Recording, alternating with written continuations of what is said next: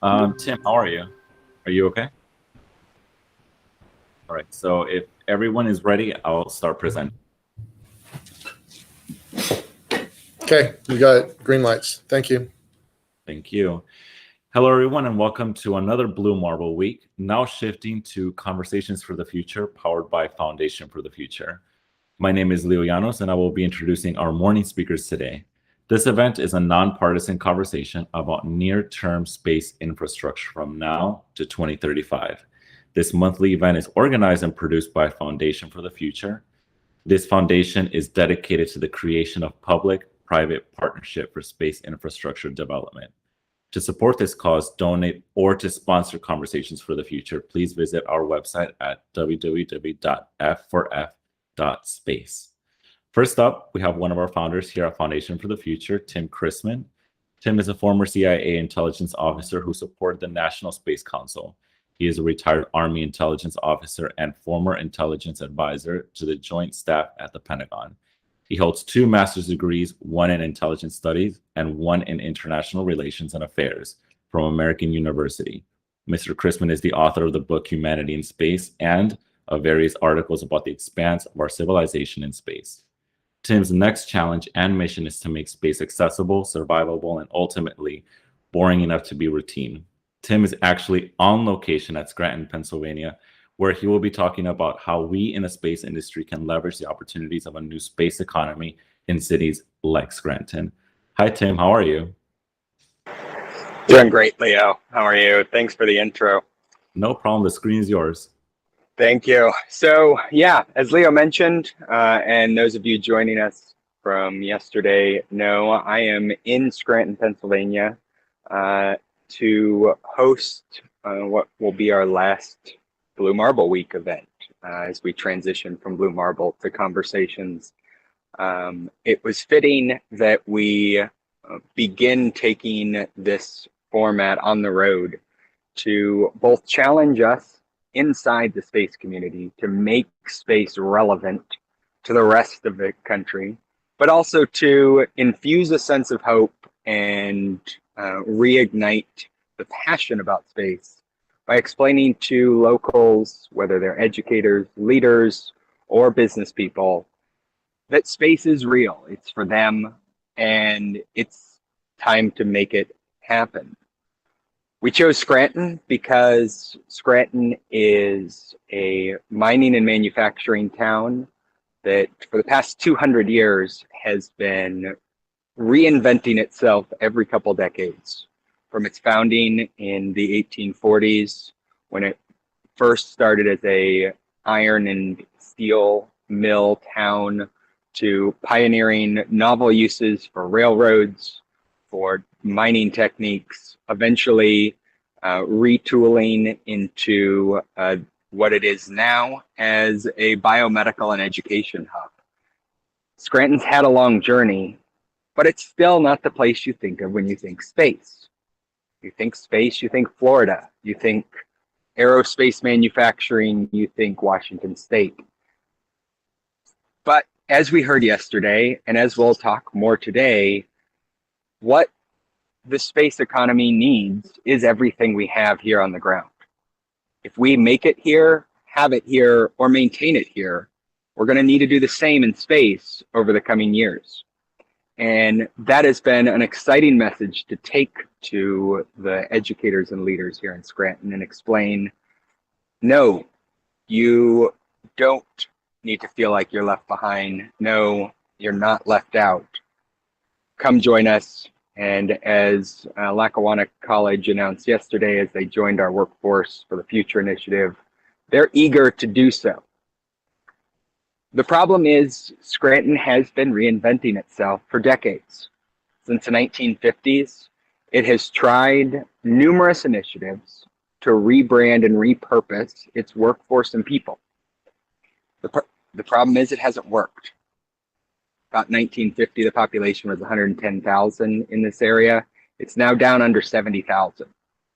Unemployment's 10%. And almost 20,000 youth aged 18 to 25 in this county are not connected to a job or school. Let that sink in for a second. the county itself has a little over 100,000 people. The town of Scranton is under 70,000. And in this area, 20% of the population has no ties. They may have family ties, but they are not working or going to school in any sort of permanent fashion. And that is because, in many cases, they don't see anything to excite them, to engage them, and to feel like they have a sense of use and purpose. And so as I've been talking to teachers the last day or so, they've repeatedly told me that many of these kids come from families that have seen Scranton's reinvigoration attempts and are jaded. They think that some new group, some new tech is going to show up, make big promises and not deliver, whether it's car factories or green energy. Nothing seems to pan out as described or planned. And so I challenge all of us, as we talk about making it in space, describing the mining and manufacturing potential and opportunities, keep in the back of your head, how can we overcome the generational jadedness that has grown up in a town like Scranton that has 200 years of trying, of pushing the envelope, of making big changes and seeing disappointment because of a lack of follow through. So think about that as you format your questions for our presenters, as we go into workshops. How can we answer the question from leaders in the Chamber of Commerce and the Mayor's office about how is space different? Why should we be believed when others have failed this community? And my answer has been, I can't tell you we won't fail, because space has before. In the 70s, space was cool and exciting, but we didn't bridge the gap between the hype and the technology possibilities.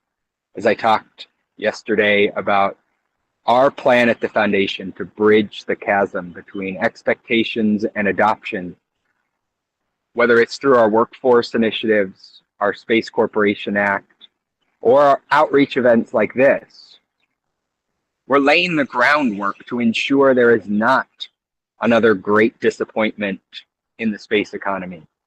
But ultimately, that disappointment is around the corner if we don't take the initiative, if we don't do the work required, if we rest and let people like Elon Musk, Jeff Bezos, big companies take the lead and do all of the work around hyping and building, we're going to leave communities behind.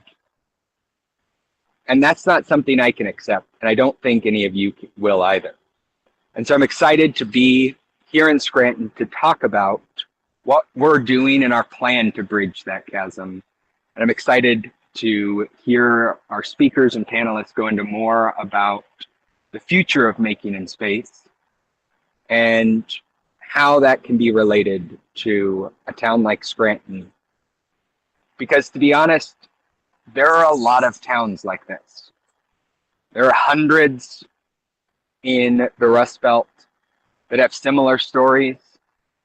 There are hundreds more outside any space corridor that are waiting for a chance to join in the space economy. Let's give them a path. Let's create a pipeline. And let's make it to space.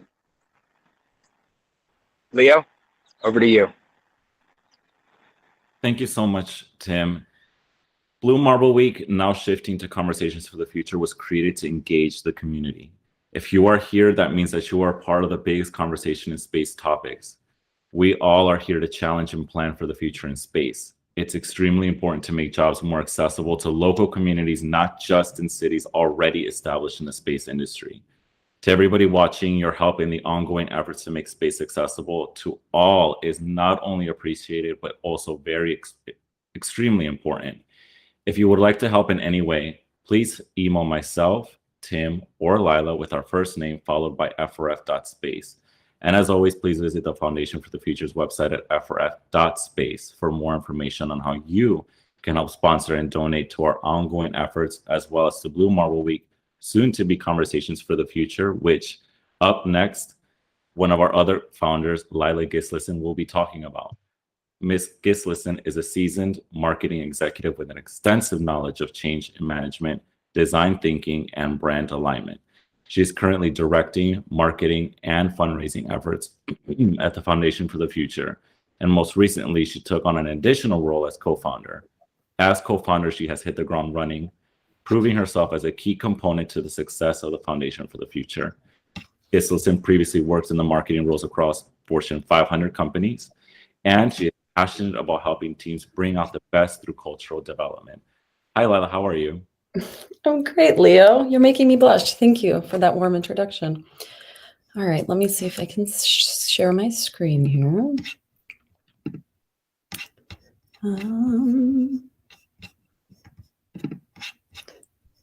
It's probably not necessary just yet, but let's make sure it works. Can you see it? Yep, we can see it great. Excellent. All right. Well, thank you, Leo. Good morning. My name is Lila Gislason. I'm the co-founder and chief of marketing for the Foundation for the Future. Welcome to what Leo and Tim said is our final Blue Marble Week. It's a little bittersweet. I will go into the details of why that is. But as it stands now, the Foundation designed this event, a monthly series to bring together the brightest minds in the space industry and to discuss near-term, near-Earth infrastructure development. Our goal at the Foundation is to accelerate the United States' space infrastructure development through advocacy, education, connection, and most importantly, urgency, but really through any other means possible. If we want progress, like Tim said, in the near term, in 5 years, 10 years, 20 years, the pace needs to be accelerated quite extensively now. Luckily, the Foundation has a proposed solution for this acceleration. It's the Space Corporation Act, which I will provide more detail on later. So today, I invite you to learn more about the Foundation, the things that we're doing, this event itself. We've got big goals for the future of it, and talk about a lot of the initiatives that we've taken on in the last few months. And but before I get into that, this month's theme here is making in space from mining to manufacturing. Historically, here on Earth, mining and manufacturing have been early steps in building any flourishing city, economy. And as our reach expands into space, how would that be any different? So I think as this audience especially knows, there is a lot of potential in kind of that CisLunar Econosphere between here and the moon. And but we're not just looking out into space right now to develop that infrastructure. We're really, as Tim said, from Scranton, looking at ways that we can build out the existing infrastructure that we have to prepare it for this coming wave of a space economy. So yesterday, we heard from a variety of speakers who enlightened us about everything from the difficulties of working with lunar regolith. FYI, I'm not from the space industry. 6 months ago, I had no idea what regolith was. So I'm learning. And we also talked about reproduction in space, also something I had never thought about 6 months ago. We had a great panel with Justin Kugler, Gary Kalnin, Michael Lewis, and Rob Hoyt. We talked a lot about Scranton, where Tim is currently filming from. We explored how the skills and the talent and the resources of places like Scranton, old mining manufacturing towns, can be reutilized to, I guess, step confidently into the next space economy. If you missed us yesterday, you can see this video. I believe it is already on the website. Leo, thumbs up. It's on the website. Yeah, so if you want to go and check that out, it's on our website under F4F Space / Blue Marble Week, and you can watch the full thing. It'll also be on a variety of different channels. So today also promises to be exceptional. We've got some heavy hitters. Andrew Aldrin, who you may recognize his name. He'll be here at 1:30. And he is the director of the Aldrin Space Institute and the ISU Center for Space Entrepreneurship at the Florida Institute of Technology. He'll be talking about the business of space. We'll also be joined by PhDs, Laura Forzik and Roger Lanius.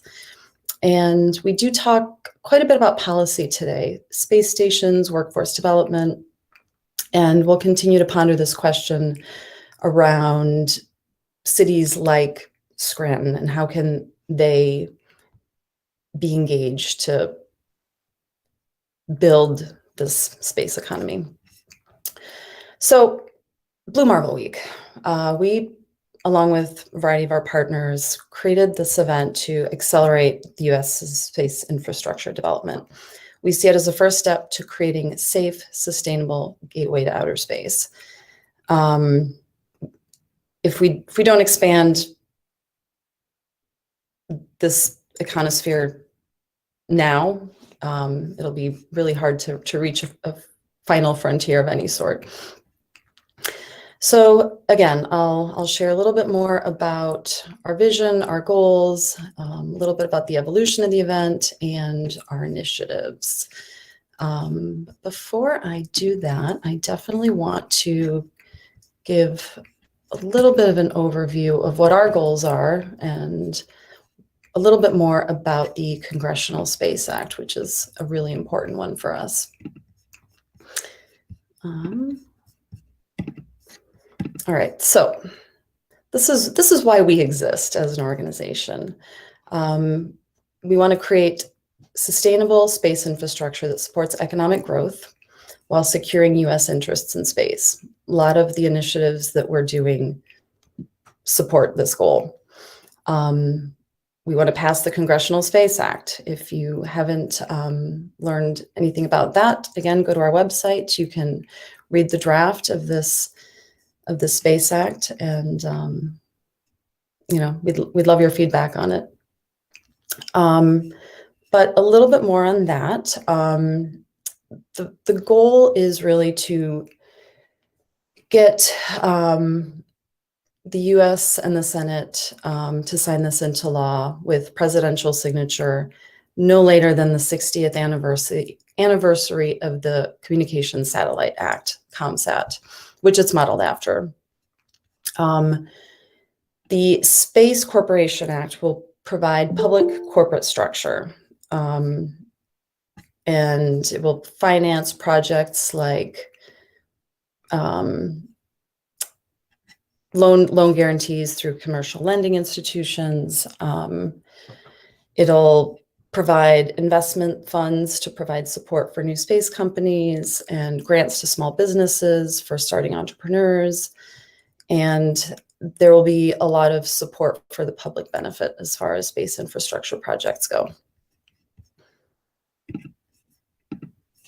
All right, just to break down the initiatives of the Space Act, we're looking at developing 3 offices, which together serve as a linchpin for the planning, financing, and administration of the basic infrastructures. So a Space Development Fund, a Spaceport Authority, and a Center for Space Studies.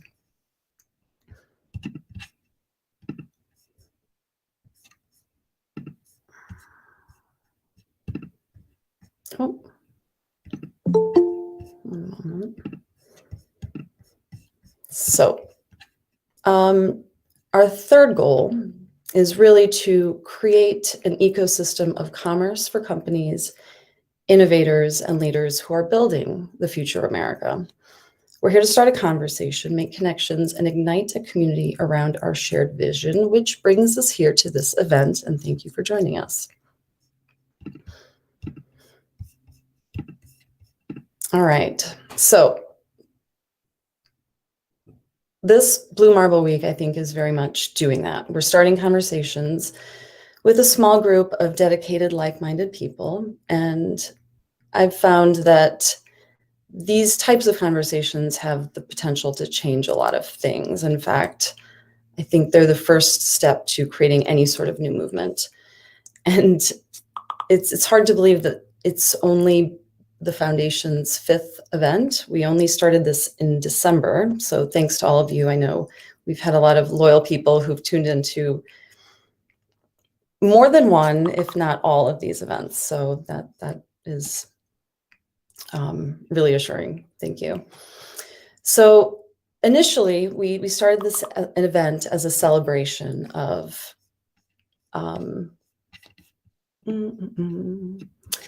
as the photo of the Blue Marble, which is this iconic photo that was taken by Apollo 17's crew as they traveled toward the moon in 1972.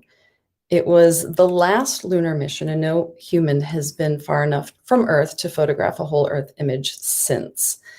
Our goal is still certainly to change that, and we love Blue Marble as a symbol, and we'll continue to use it, but our goal is to achieve something bigger than just another foot on the moon. It's to create an ecosystem here on the ground, and if there's anything we've learned in these last few months since we've kicked off this event, the magic is in the conversations. Not only here at the event, but after the event. And an ecosystem to support space infrastructure here on the ground isn't necessarily specific to space. We need to include everyone who's excited by the potential that space holds from various industries. All right. When I say various industries, I think this is interesting. We recently co-authored an article from Foundry Magazine, which, again, not space, but we're excited to invite tangential industries into the discussion. So manufacturing, plumbing, automotive, things you don't typically think of, as this will certainly be a group effort. As far as Blue Marble Week goes, we are definitely keeping it around. We want this to be a celebration on the actual anniversary, December 7th. Once a year, we're envisioning it as an even bigger celebration. Could be, a global party with, a lot of networking and I don't know. We'll get creative with it, but stand by. And with this new event, we have a new format. We'll start with dynamic and engaging speakers, 30 minutes, with plenty of time for questions and answers. Feel free to drop your questions in the chat. If you're in the call with us, or if you're joining via live stream, you can ask questions or ask it via Twitter. Again, we want this to be as conversational as possible. Towards the end of the day, and this is what I'm excited about, we'll do a final wrap up to jump in, and then we'll jump into these conversations. And they are breakout groups that will provide opportunities for networking and brainstorming. We have a lot of experts here, so we definitely want to tap into that. Yesterday's conversation starter was the question, how can a city like Scranton, Pennsylvania, prepare a space-ready workforce, which prompted a lot of conversation around early education and workforce development, retooling existing infrastructure and skills to adapt to space. And we even talked about the arts, how visual depictions of space drive cultural change. That was very fascinating. And today's question will be, how can a space-ready workforce in Scranton impact the local economy? So think about that as we move through our day. So also one thing to note, as we strive to pass the Space Corporation Act, the conversations we have here are very important because they serve the higher purpose of giving us intellectual fuel to make the case for a public-private partnership for space infrastructure development. If you're watching on the live stream, I encourage you to register now and join us. You can go to our website to do that because this breakout networking opportunity will only be accessible to those in the room. Not too late to register, so join us. And afterwards today, we'll have a little bit of a happy hour. So if you'd like, grab a beer or a glass of wine, maybe a little early, but we'll get started on that once we end our breakout sessions. All right. So I'm juggling a couple of different screens here just to move photos, yeah, there we go. All right. So why is Tim filming from Scranton, Pennsylvania, and not Alabama, Florida, or California? Tim touched on that, but I would like to invite him a little bit into the conversation again. And I'd also like to introduce one of the newest members of our growing team, Ashley Williams. She's our outreach director. She will be working with state and local entities to both spread the message of the Space Corporation Act and to further develop our kindergarten to orbit workforce development program. Hey, Ashley. Hey, Tim. Hi. How are you? Good now. A little nervous. No worries. Don't be.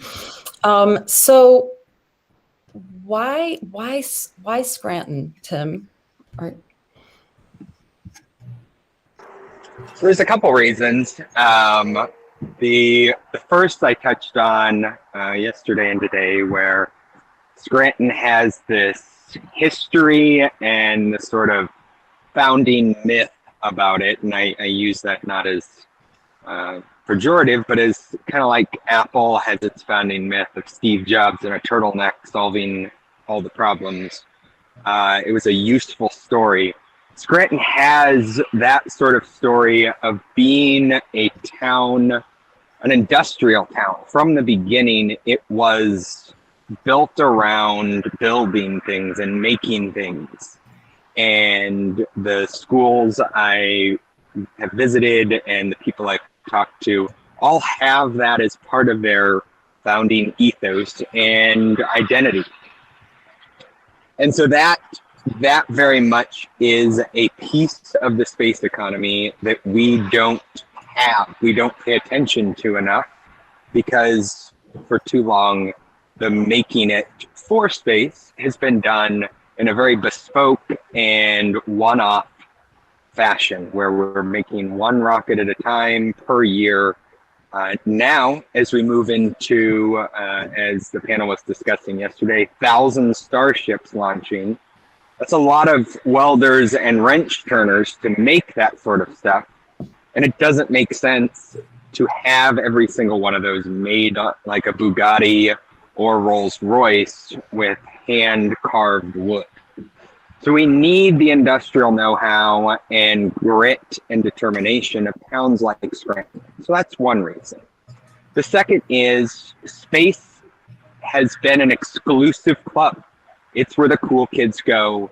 It's where the best pilots and doctors and education specialists go spend their entire lives training for, and then if they are then lucky, get to go to space.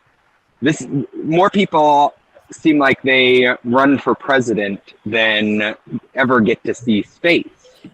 And that can't be a sustainable model for a space economy that includes all parts of America. And so Scranton is the opposite of a space town when you think stereotypical space town. And so this is part of our diversifying and outreaching to those areas that are outside the traditional space economy. Thanks, Tim. Ashley, I'm super excited to have you on the team. Me too. Tell us a little bit about what you're working on, and then yeah, just in real quick, tell us about some of the future events we're doing. So my goal is to get Foundation for the Future in front of economic development groups, entrepreneurs, educators, and basically like decision makers for opportunity. And I have the fun job of, well, starting the conversation and sharing that this is indeed a real opportunity. And like, I'm actively looking for partners that we can grow with. So yeah, just starting those conversations. And for the events coming up, so we know that Tim is in Pennsylvania right now, but in the next few months, our next events for Conversations for the Future are going to be in Akron, Ohio, Montgomery, Alabama, Savannah, Georgia, and Charleston, West Virginia. So if anyone here has any suggestions on where we should go next to host these events, my line is open.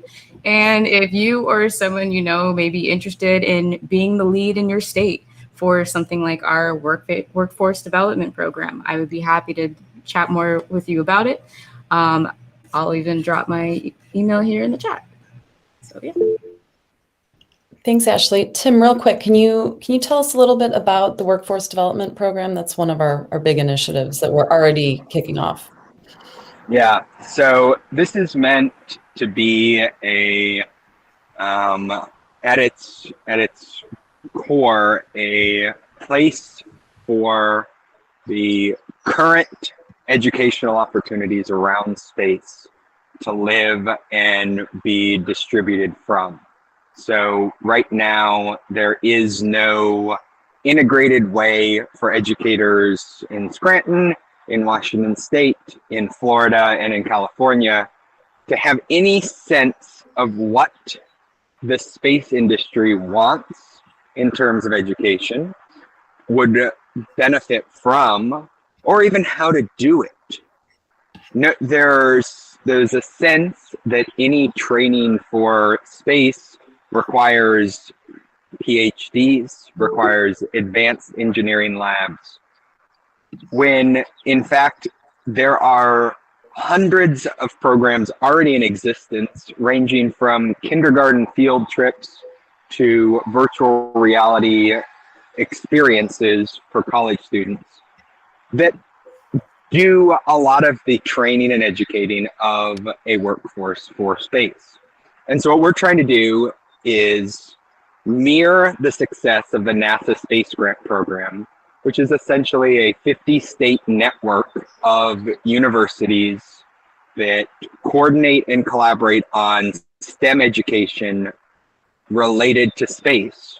And this is done and funded by NASA, separate from their main NASA budget, but a separate line item from NASA, and has seen great success over its 40-plus year history. Now we see Space Force standing up and talk of space ROTC, and that then shows there's a clear gap between those students who are interested in joining the military and going through that workforce pipeline, those who are in the NASA pipeline through the space grant, and the rest of us. I don't like math. I have a calculator for it, and that's about all I can do with it. So I'm not the NASA space grant target, and that would mean I'm left out of any space workforce development. And so we're trying to ensure that there is a place and a mechanism by which the rest of us can get education for and about space. Ultimately, this will be a several-year process to build out. The first step that we're in right now, and that Ashley's been helping with, is building that lead organization network across the 50 states. From there, we can collect and organize all of the offerings that are there. ranging from Challenger Center to Cal Poly. And then we can go to Congress with a clear understanding of what we have, what we need, and make the case for a sustained funding stream to educate the blue collar, the non-STEM professionals that we need in space. Thank you so much, guys. That is actually a great segue to one of our next initiatives, which is our Space Scholarship Program. We've just partnered with Langston University, which, again, an unlikely choice for space, really, but That's the going point. back, what's that? That's the point. That is exactly the point. And so, yeah, it may surprise you, but we believe in space access for everyone. And so we're working with a team at Langston to issue a scholarship to perhaps not the most academically qualified person interested in becoming an astronaut or an astrophysicist, but the most passionate one or the most dedicated one, someone who maybe doesn't have the physical prowess or, all of the right skill set to become the next astronaut, but who is going to make a difference in space. So our goal is to build out this space scholarship program with Langston and other universities. We'd like to issue more scholarships all over the country.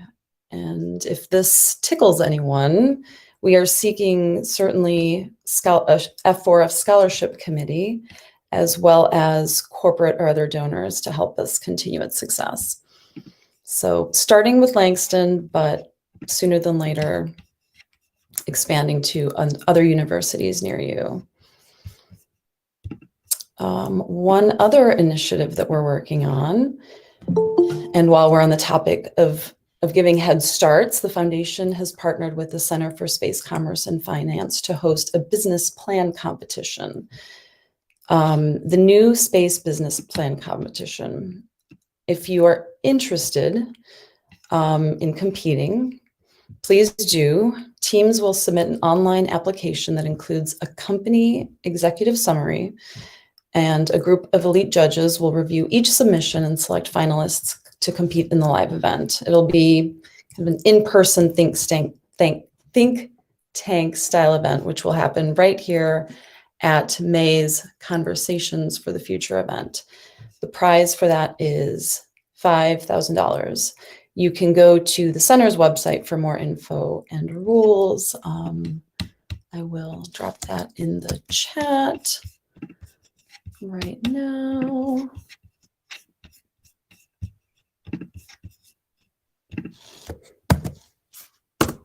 There you go. Oh, Michael already did. Thanks, Michael.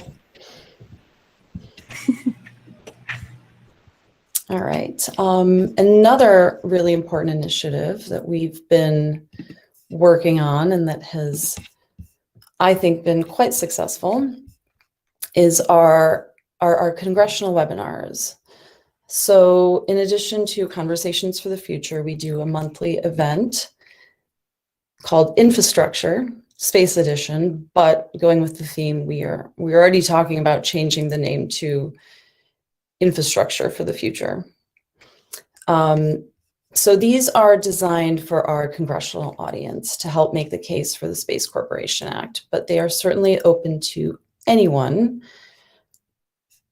Our first event in February was co-hosted with Space Florida, Frank DiBello, the CEO, and our the CEO of Space Florida, and our executive director, Tim Chrisman, and our director of government relations, John Chwat, had a really interesting conversation. They explained why the U.S. needs to treat space like any other domain for strategic investments and talked about both the economic and security benefits of doing so. Our next event in March, which easily quadrupled in viewership, was co-hosted by the Space Force Association and presented by the Space Channel. Bill Wolf, the executive director of SFA, joined Tim and John for a discussion which focused on the importance of the US not just being in space, but leading in space, which with obvious threats like China and Russia, there is urgency to develop infrastructure which will position ourselves to win. The next event will be Wednesday, April 21st at 8:30 a.m. It will focus on the financial state of play in the space economy and highlight the missing steps. And our speakers for that event will be Dylan Taylor, who is the chairman and CEO of Voyager Space Holdings, and Brant Arsenault, partner at 9.8 Capital.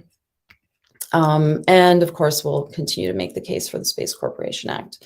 So please register today. If you're interested in seeing previous webinars, those are also on the website.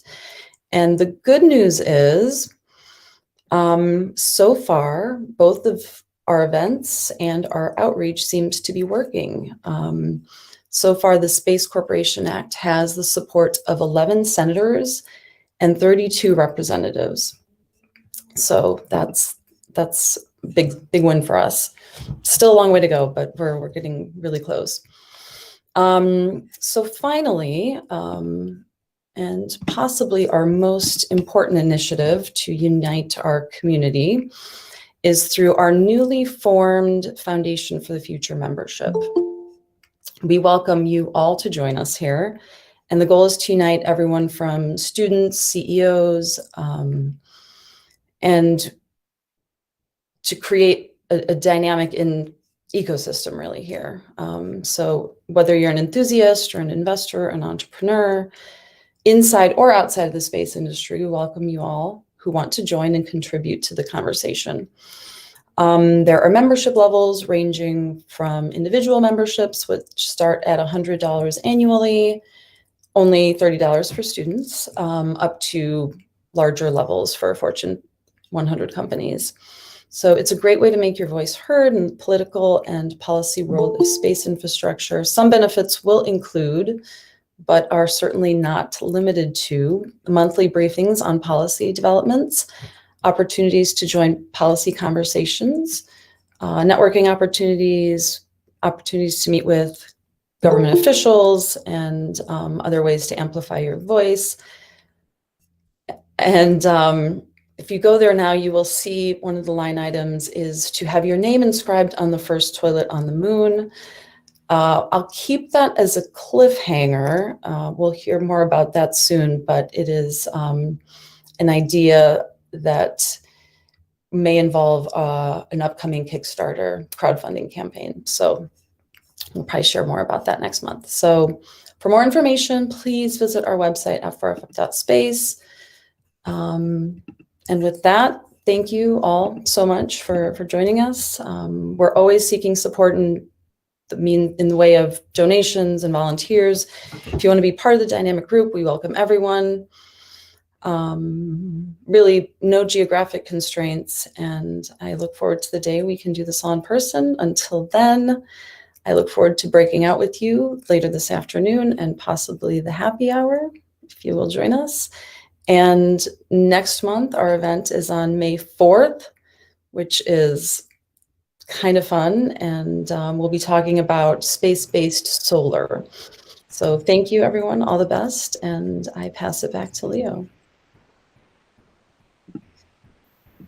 Thank you so much, Lila, with all of that. Yeah, you can find all of this information at www.f4f.space. There's so much happening in our foundation. So it's a lot, but honestly, like if you're here, you're part of the conversation on how to make space more accessible for everybody, not just certain groups. Yesterday, we talked a lot about how we can make that a little bit more better by teaching teachers how to properly educate children on space, careers, technology, linking that to anything. If you work in agriculture, how about space farming? I mean, you can link that to pretty much anything. I think we had Richard on the call yesterday who spoke a little bit more about that. So, Lila, I don't know if you want to touch on some of those subjects that we talked about yesterday and how that can actually correlate to making small towns like Scranton a little bit more accessible to base careers for kids growing up. Yeah, I think so. We had a lot of interesting conversations. Our group talked a lot about early education. Yeah, we had a lot of great conversations, which that all happened. I mean, and we're gonna talk more about that later when we do our breakouts. But for a lot of people who missed that, I mean, what are some of your thoughts on what we talked about yesterday? Yeah, I think it's great to get everyone's input on this. And I think the conversation itself is a great starting point, because we're pulling all these ideas together, not only for just the fun of brainstorming, but really to use it as fuel for making the case for the Space Corporation Act. And to me, that's the most important part of it. Very crucial. It's very fundamental. So, Mhm. I mean, this is an amazing and very crucial event because Conversations for the Future, as we've now shifted from Blue Marble Week to Conversations, is more of a roundtable talk, like Inara has said in the past. This is a place where people can talk about anything space. And one of the things that we want to make sure that we put across is something as critical as the Space Corporation Act. What are your thoughts on that? Yeah, I think at this point, this is our number one initiative. I don't think there's anything more critical for us. And I think that's why we're pushing so hard on all these initiatives. It's not random that we've got Ashley going to Akron, Ohio next month. It's not random that we have a space scholarship for Langston University in Oklahoma. These are all kind of strategic attempts to really get our message in the right place and push the Space Corporation Act forward. Yeah, definitely. Sorry, there's a leaf blower right outside my window. It keeps on going on and off. So like if you hear that, I'm so sorry. No worries. No worries. Let's see. We talked yesterday about making jobs more accessible to local communities instead of cities already established in the space industry. How is Foundation for the Future kind of setting the stage for an opportunity like that? Well, again, I think that's why we're going to these small towns and having, again, conversations. Tim has had great conversations with the chamber in Scranton, which has led to connections with the universities in Scranton. We've made connections to the mayor's office there, and all of those little touch points, all of the emails that we've been sending, all of the webinars that we've been doing. It's all sort of building this greater web that is just going to make the passing of this bill that much easier.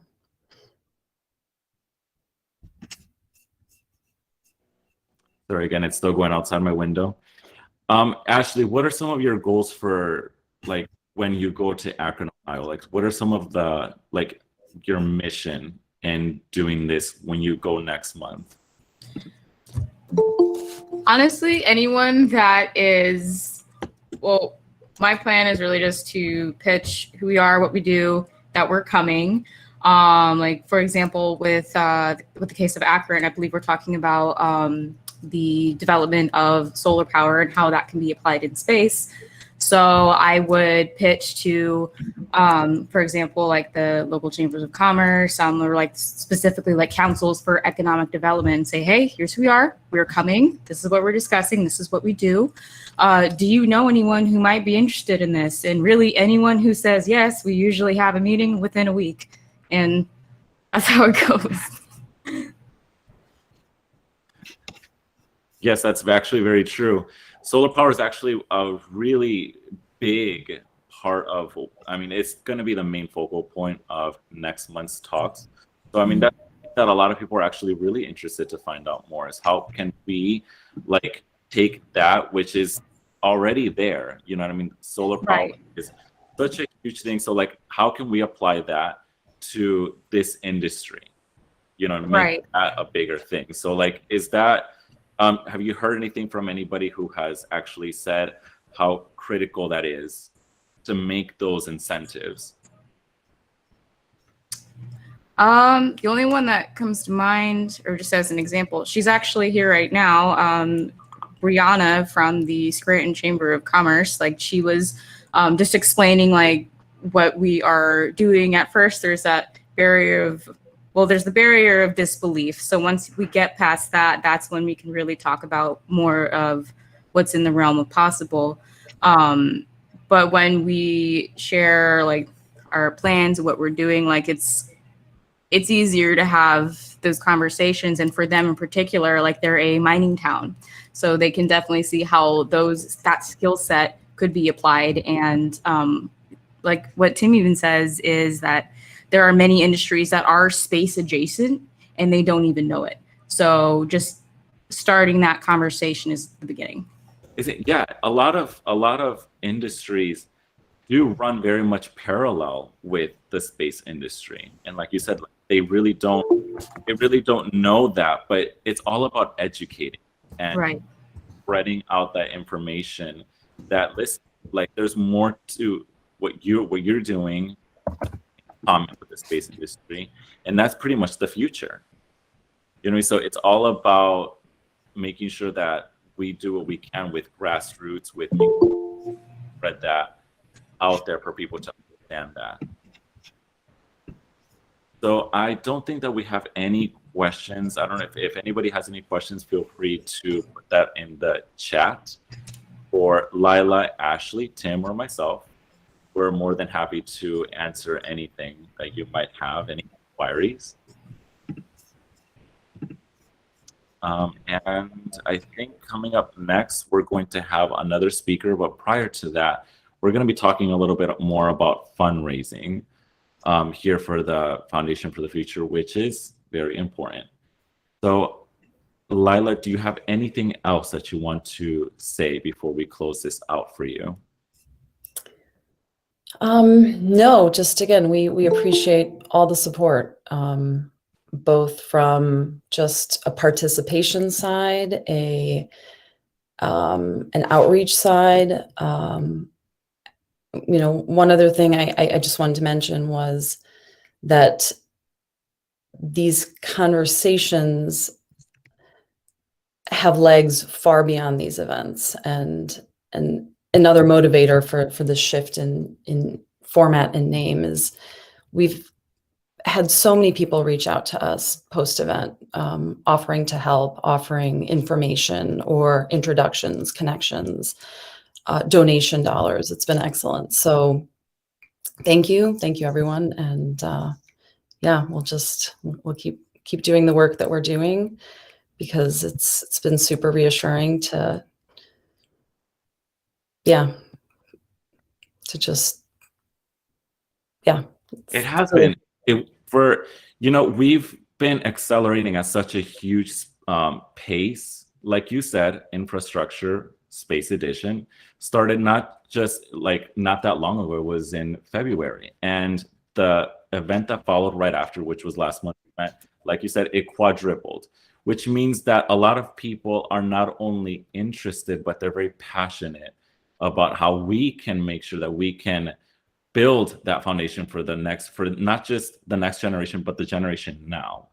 You know what I mean? Like a lot of people, we grew up, like I talk about this all the time, but I grew up putting like the little glow in the dark sticky stars up in my ceiling, because I was very much interested as a kid. I was like, you know what, like one day I want to be an astronaut and I want to go to the moon. Yes, that did not happen, but the point is that it doesn't matter if you're a kid, it doesn't matter if you're somebody my age or if you're more mature.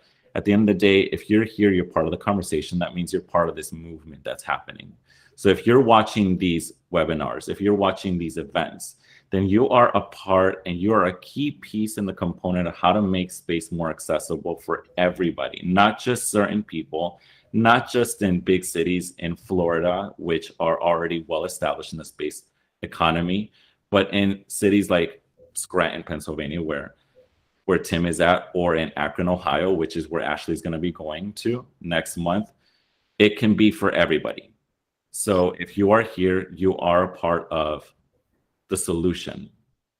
And so any information that you might have, which I know that a lot of people are passionate about, as you can clearly see, Foundation for the Future's website at www.f4f.space, and you can see all of the initiatives that we're pushing out there on a day-to-day basis, and it's really quickly. So Lila, thank you so much for being a part of this call. Yeah.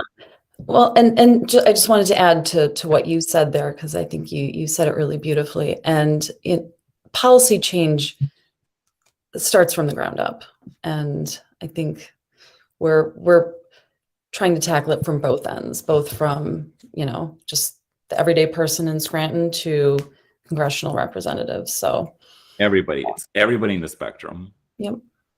So thank you so much, Lila. Lila, you're going to be speaking a little bit later on, and Ashley, I'm sure you're going to be here throughout this event. So thank you so much. I see that Emily just popped up. Hi, Emily. How are you? Good morning. How's everybody doing this morning? Doing great.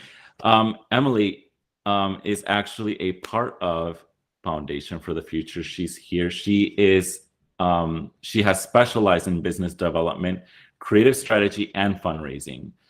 Emily has launched her first company at the age of 22 and has since raised and distributed over 20 million of private investment for private clients, for-profit entities, and NGOs. She runs a group of impact-driven companies like the Cultivated Group and is on a mission to ignite and empower individuals and organizations to be the change you wish to see in the world. Emily helps in our fundraising efforts here in our Foundation for the Future. And today she's here to provide a quick announcement on the importance your help is to advance our efforts to continue to build the movement of Blue Marble Week, now Conversations for the Future, and the creation of a public-private space infrastructure partnership for Foundation for the Future. So Emily, the screen is yours. Thank you so much, Leo, and thank you for that generous introduction. Well, it's a pleasure to meet you all and be here today. My name is Emily Mishler, as Leo said, and my background is the intersection of corporate philanthropy and creative solutions for revolutionary ideas. I recently become affiliated with the Foundation for the Future, and from the nonprofit perspective, have become a partner in building the development arm of the operation.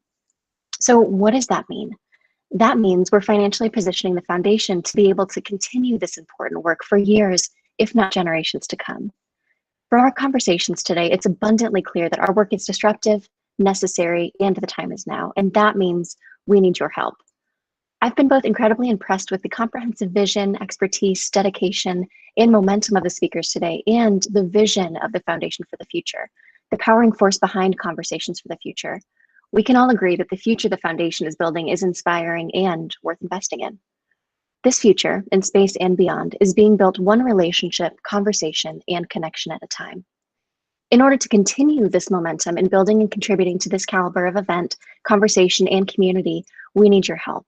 We need you, our allies, attendees, partners, advocates, and friends, to spread the word about our important work through social media, invite like-minded and like-hearted peers to our events, and to help us connect with philanthropists and organizations who believe what we believe, that our future in space is ours for the building, and the time is now. We're so excited to announce 3 different avenues to become involved if you're interested in financially supporting our work. On the corporate level, we have the opportunity to sponsor Conversations for the Future and the Foundation for the Future at large on a monthly and annual basis to support the important work. On a personal level, if you, your friends, or family are inspired to support us, we welcome your contributions to support building space infrastructure and economy. More information to sponsor and support the foundation is available at the QR code on the screen or at f4f.space. The foundation has recently also launched a corporate and individual membership program whose mission is to connect like-minded and passionate individuals who see the near-term potential in space. We are recruiting everyone from students to CEOs to join us in creating a dynamic ecosystem of young enthusiasts, investors, entrepreneurs, and larger industry partners, inside or outside of the space industry. We welcome all who want to join and contribute to this urgent conversation which impacts us all. For more information, it's available on the Foundation's website, f4f.space/membership. So, after this lengthy dialogue, what is our ask? Help us in bringing space home, because the time is now and the world can't wait. If you have any questions, please don't hesitate to reach out to myself, Lila, Tim, or any affiliate of the Foundation for the Future. Our contact information and a link to donate is available at the QR code that was just on the screen or at the website, f4f.space of the Foundation. I'll be happy to stick around and field any questions for those of you on our organization's meeting link. And for those of you on the live stream, please feel free to reach out in the comments. Again, thank you so much for your attention. And now I'll turn it back over to Leo for our regularly scheduled programming. Thank you so much, Emily. And to everybody watching, your help and the ongoing efforts to make space accessible to all is not only appreciated, but also very important. If you would like to help in any way, please email myself, Tim, or Lila with our first name, followed by @f4f.space.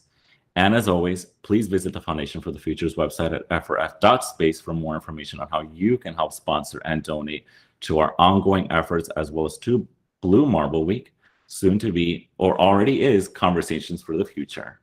Thank you so much, Emily. Our next speaker is Katrina Malagrana.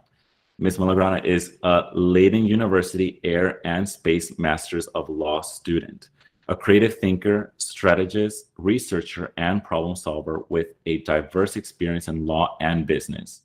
She recently graduated from International Space University's Space Studies program in Strasbourg, France, where she was the first in her class of 120 students from over 30 countries studying all aspects of the space industry, including engineering, applications, and space sciences with a focus in law and policy. Ms. Malagrana thrives in multicultural and multidisciplinary environments, taking on leadership roles and managing time-sensitive projects. She is a cross-disciplinary communicator and partnership client relationship builder, as well as an artist, musician, and as a globetrotter with a love of all things space. Hi, Katrina. Hi, good morning. Can you hear me okay? You sound amazing. The screen is yours, which, by the way, Katrina, you're going to be talking about workforce development, law, and policy, which is really exciting.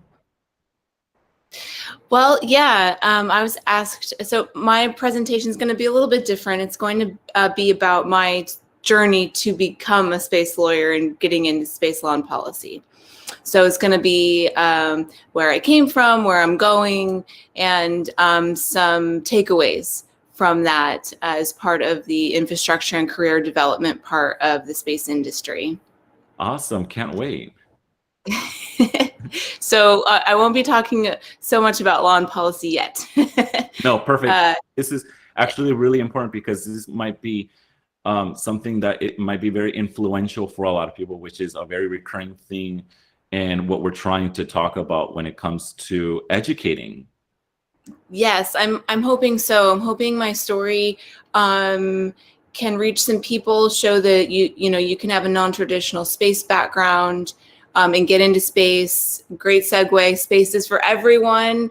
Wherever you come from, whatever you've been doing, whatever you're doing right now, you can get into it, and that's really what I want my story that I'm about to share to show.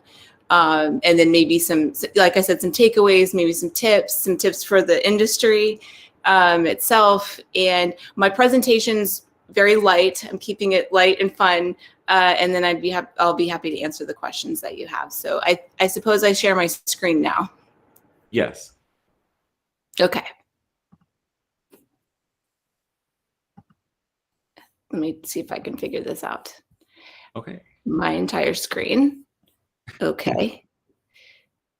And now this. All right. Can you see it? Not yet, no. Okay. I'm looking at it. Sorry, I haven't done this on Google Meets before. Okay, here we go. It says I can't share my screen. Okay. Is yeah. it possible that, Michael, is it possible to have her slide so that we can do it on our end? Yes, but I don't currently have Katrina's slides, so zap them over to me if you want. Okay. In the meantime, we'll just chat for a second. Yes. Yes. Katrina, if you want to just send them to Michael, and then we're just going to be talking more about what it is. I mean, I don't know if you were on the event yesterday, which, as I've already mentioned, a very key component is why we're going to small cities like Scranton, Pennsylvania, and what our initiatives there are, which is to pretty much ask ourselves, how can a city like Scranton, Pennsylvania, or Akron, Ohio, cities like that, leverage the opportunities of a new space economy? What are your thoughts on that? Oh, I think it's great. I mean, I actually went to law school in Pittsburgh. Oh, you did? Okay, so not too far. Yeah. So I really do love hearing about initiatives to bring it to smaller places. The future is, oh, great. Michael has it up. The future is going to be everywhere in the States, not in just those select cities that maybe have manufacturing or just launching. And we're going to have we need all the brain power we can get all over the country, diversify innovation. There's going to be so much of it. We have to spread out. I think, so I just love the idea. I'm glad you guys are starting that ball rolling. Very true. So for everybody listening, just keep that in the back of your mind. You know, Katrina's here. She's going to be talking more about her roots and how she became a space lawyer. So Katrina, as you go through, just let us know whenever you want us to go into the next slide, okay? Thanks. I'll just say next. Thanks. All right. So, well, can you go back to the opening screen? I'll explain that one a little better. Really, my presentation is just some fun pictures I had of my life, not growing up, but when I started my education. So I will start a little bit earlier. Like I said, what I'm here to tell you about my story, where I'm going, you know, how I'm getting here. So I'll start with when I was little, my grandfather used to tell my sister and I stories about the night sky. He would show us constellations. We'd look at the telescope. He was an amateur astronomer, and he was a retired aerospace engineer. He actually worked at Martin Marietta before it became Lockheed Martin. Now, space was a little bit a part of my childhood in that way. My sister and I were really fascinated, but despite that, I didn't go into anything space related. It wasn't a big part of my life as I got older. So I graduated. I went to Louisiana State University. I graduated in 2003 in theatrical design and technology. I was a stagehand. I did lighting. I did some acting before that, but no space, not yet. So the next slide. This was my typical office. I don't know if you can tell, but I'm in a lift way above a stage, and those are the theater seats out there. So that's what I did for a while. Then I got into, after this, I got into more of a corporate job. I was doing administrative assistant type work, still no space. Then I discovered an interest in law and helping people. And so I decided to go to law school, and I went to law school at Duquesne University in Pittsburgh.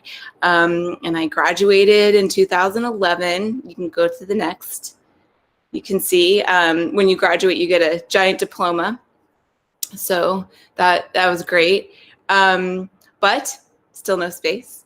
After law school, I clerked for a judge. I worked in a variety of different law firms, primarily litigation, defense in the civil realm.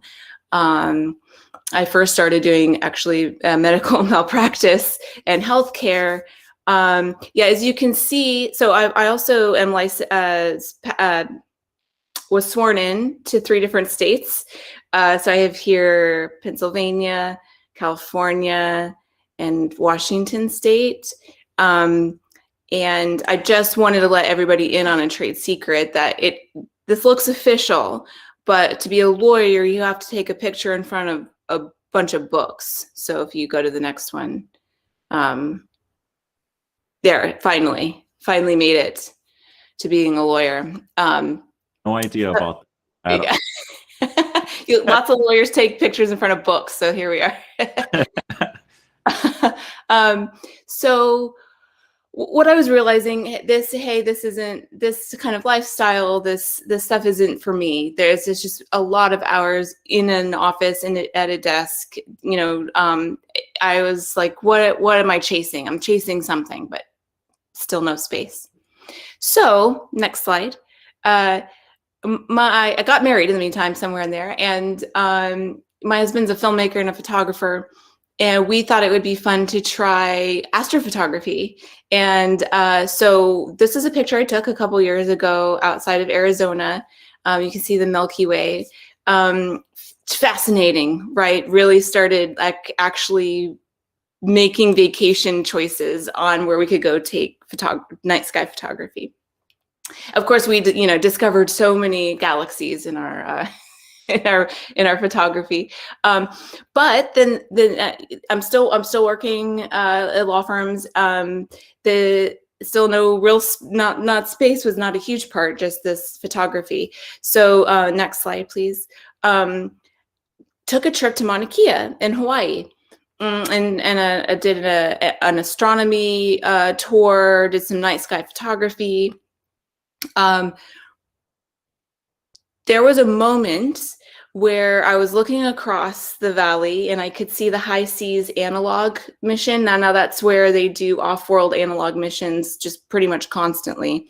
I'd never seen anything like that before, and our guide was telling us about it. And something sounds cliche, but actually clicked in my brain. And I thought, and I was looking where I was, and I was like, space is what I've been chasing. This is the thing. And that was great. But what do I do next? How do I okay, cool. Now what? So I did a lot of research. You can go to the next slide, please. A lot of research. I was trying to figure out, okay, I'm going to be an astronomer. I'm going to go back to school. I started studying some math, brushing off the algebra books, and realizing how daunting that was to start over after having gone through undergrad, law school, years of being a lawyer. So I found, but I will say I was ready to be an astronomer. Next slide. I just quick posted the link to High Seas because it's pretty amazing site. So I went off. I haven't let that dream go. One day I'll be the first lawyer analog astronaut. Yeah, absolutely. They're looking for people. It's run by a bunch of ISUers, right? Yes. Oh, yes. Yeah. All right. Good.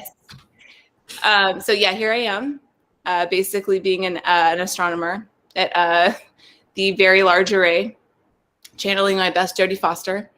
So what I ended up finding was a place called International Space University. They happen to have a week-long program that was a pretty intense but introductory course into space, all things space. International Space University, if you haven't heard of it, is incredibly interdisciplinary, multicultural. You're from all over people come from all over the world. So I took this program. This is where I met Michael Lane and learned about the space elevator, and made really great friends and networked, and realized, okay, not finished with this. I'm going to go do the intense 9-week program in Strasbourg, France. So you can, next slide, please. So I went to France. I did the program. I got the opportunity to work with on a heliophysics mission. We designed a heliophysics mission for NASA. You can see this is a very flattering picture of Dr. Jacob Cohen, who's the chief scientist of NASA Ames. who was our leader. I got to participate in Space Moot Court, which was very cool.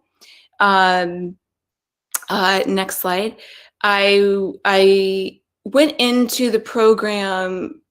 I was excited, but I was pretty nervous about my abilities, my education. I was surrounded by engineers and people who had been working in the industry. There were a lot of newcomers like me too, but it was a little intimidating.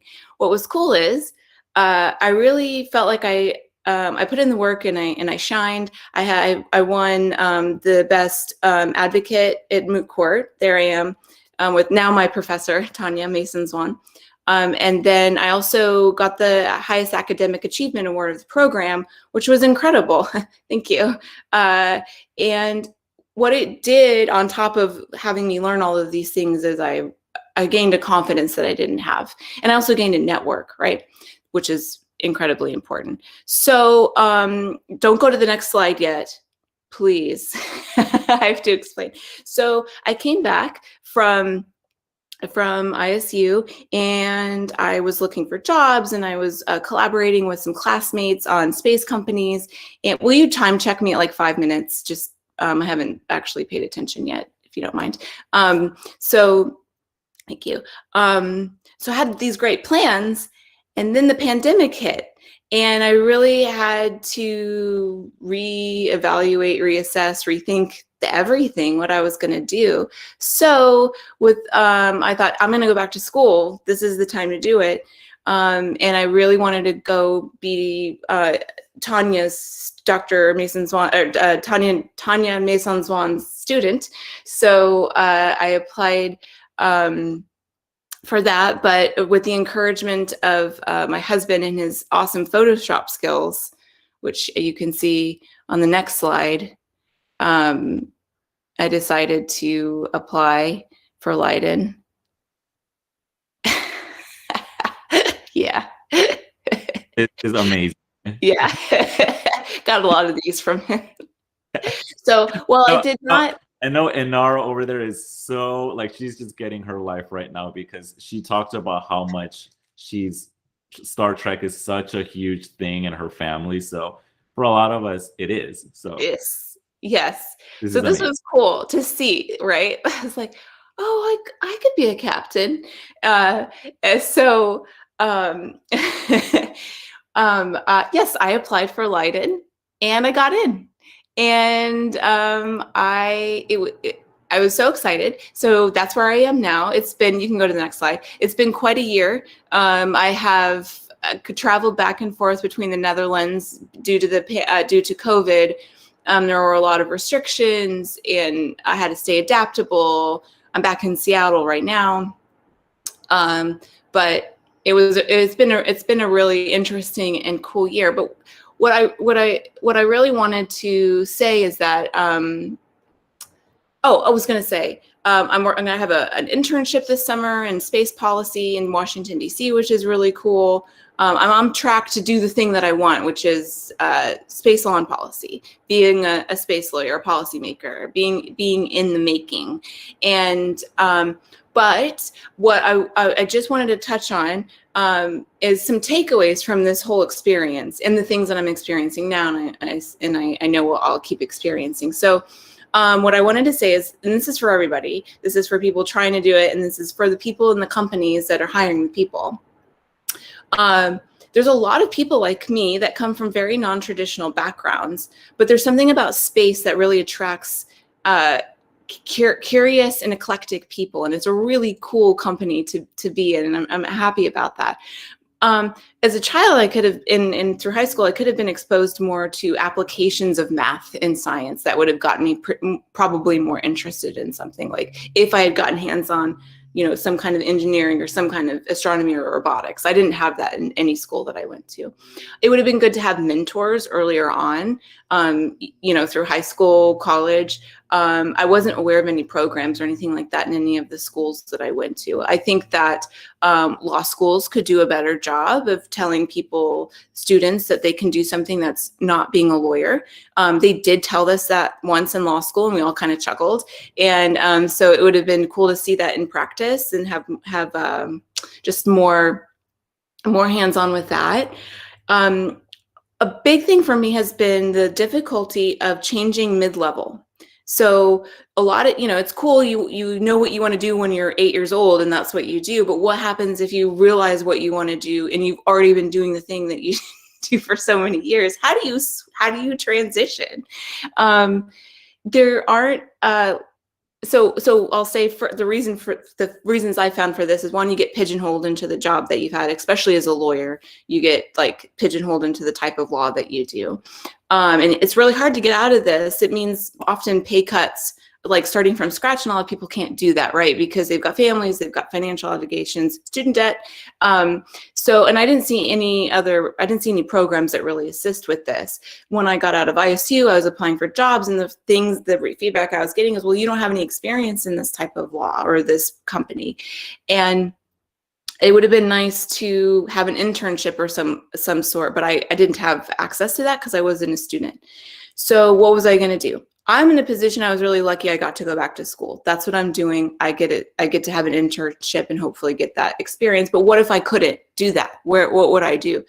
So there needs to be some sort of like way for mid-level people or high career, or like people later in their career, some kind of way for them to switch that isn't just completely starting from scratch. Maybe some kind of reimagined internship or co-op for people.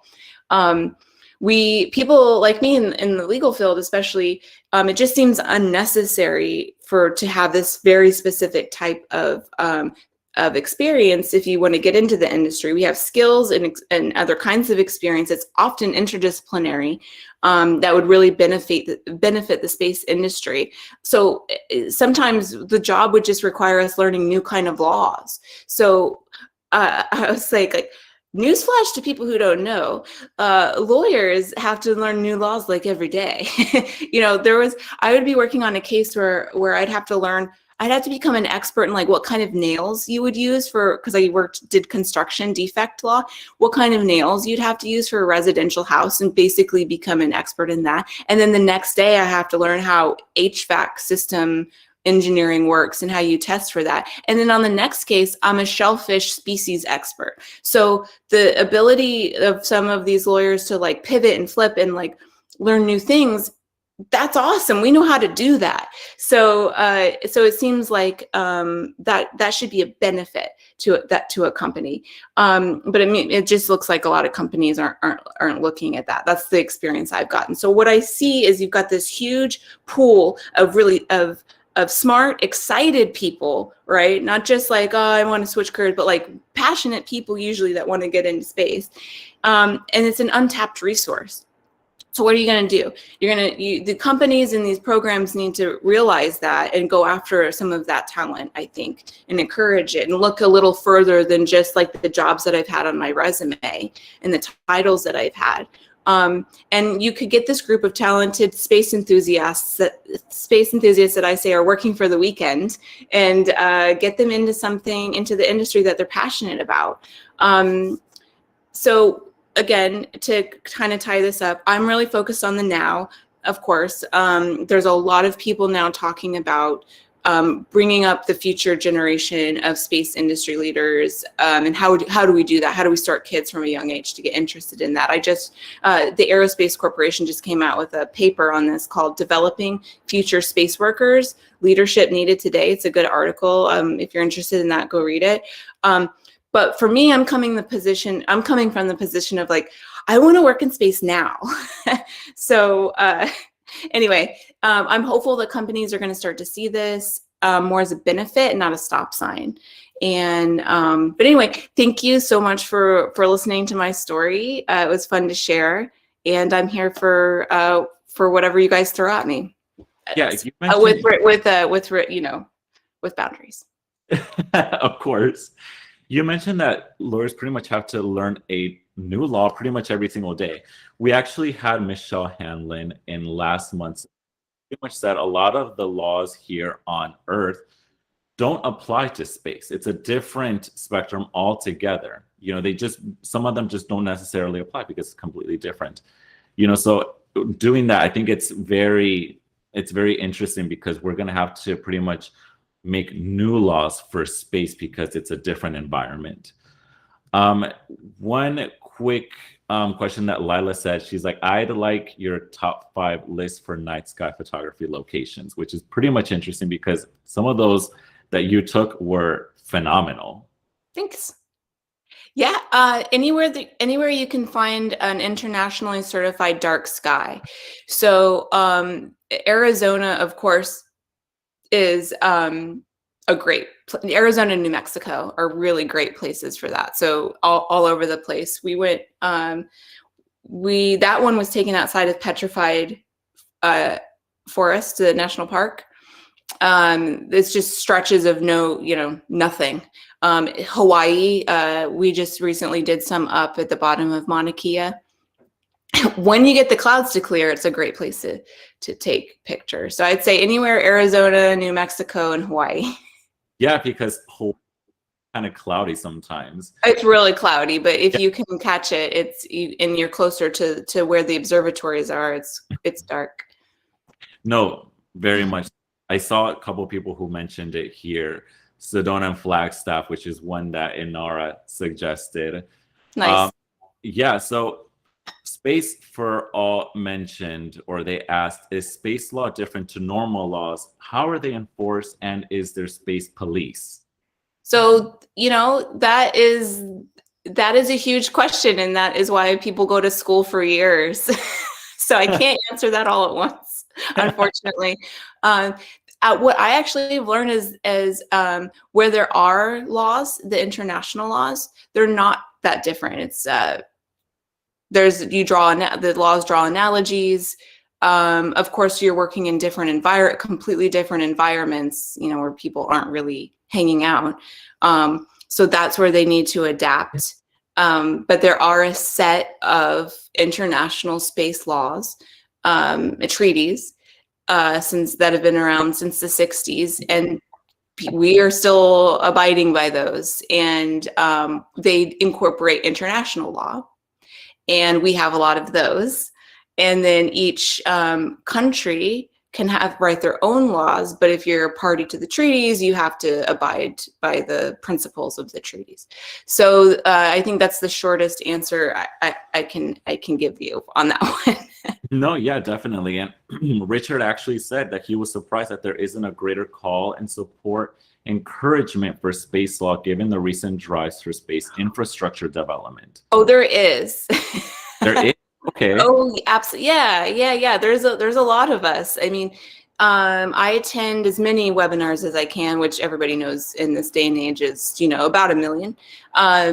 But there's a ton of them. There's one for I think the United States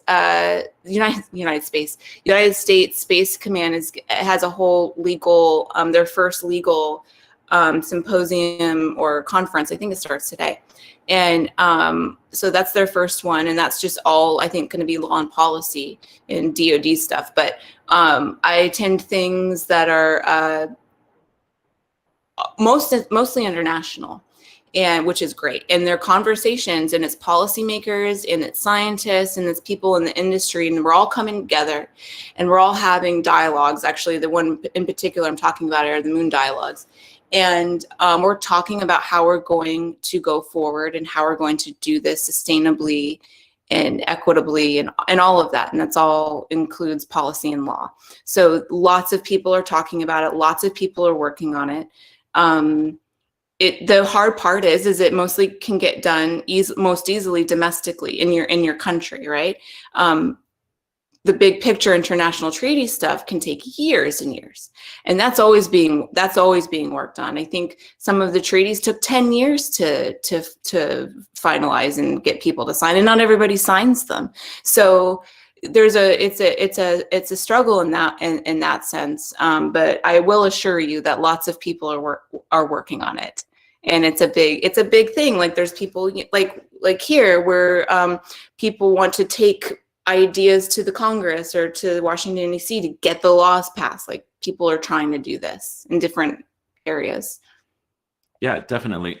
Very last, because we're already at that time, Carissa actually said, great presentation. I'm in law and looking to jump back into the space sector, which your story is so inspiring. So again, for all the kids out there in small communities where Tim is at, like in Scranton, this is a very inspirational story, one of many. And we continue to hear them in events like Blue Marble Week, now Conversations for the Future, which is our main goal, is to continue to plan for the future.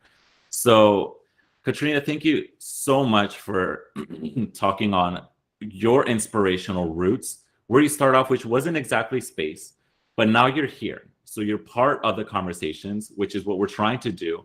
And it really doesn't matter, you know, who you are, where you're from, or whatever it is. If you have a space love for space, then this is the kind of conversations that we should be having. These are the kind of webinars, the kind of events that we should be participating in. So Katrina, if you can, just go ahead and drop in your LinkedIn information on the chat here so we can continue networking for this event. And thank you so much for that. Yeah, absolutely. I'll do that after I get off here. But thank you so much for having me. It was really fun. And yes, find me on LinkedIn. I'm happy to chat about this and inspire anyone to get into the field and, you know, whatever they're doing right now. We need the diversity. We need the ideas. I think all of this is innovation, right? Like that's coming from different sectors and different backgrounds. We need it. Yeah, definitely. Hey, maybe one day me, you, and Nara, and a bunch of us will see each other at some Star Trek convention. So I count on it.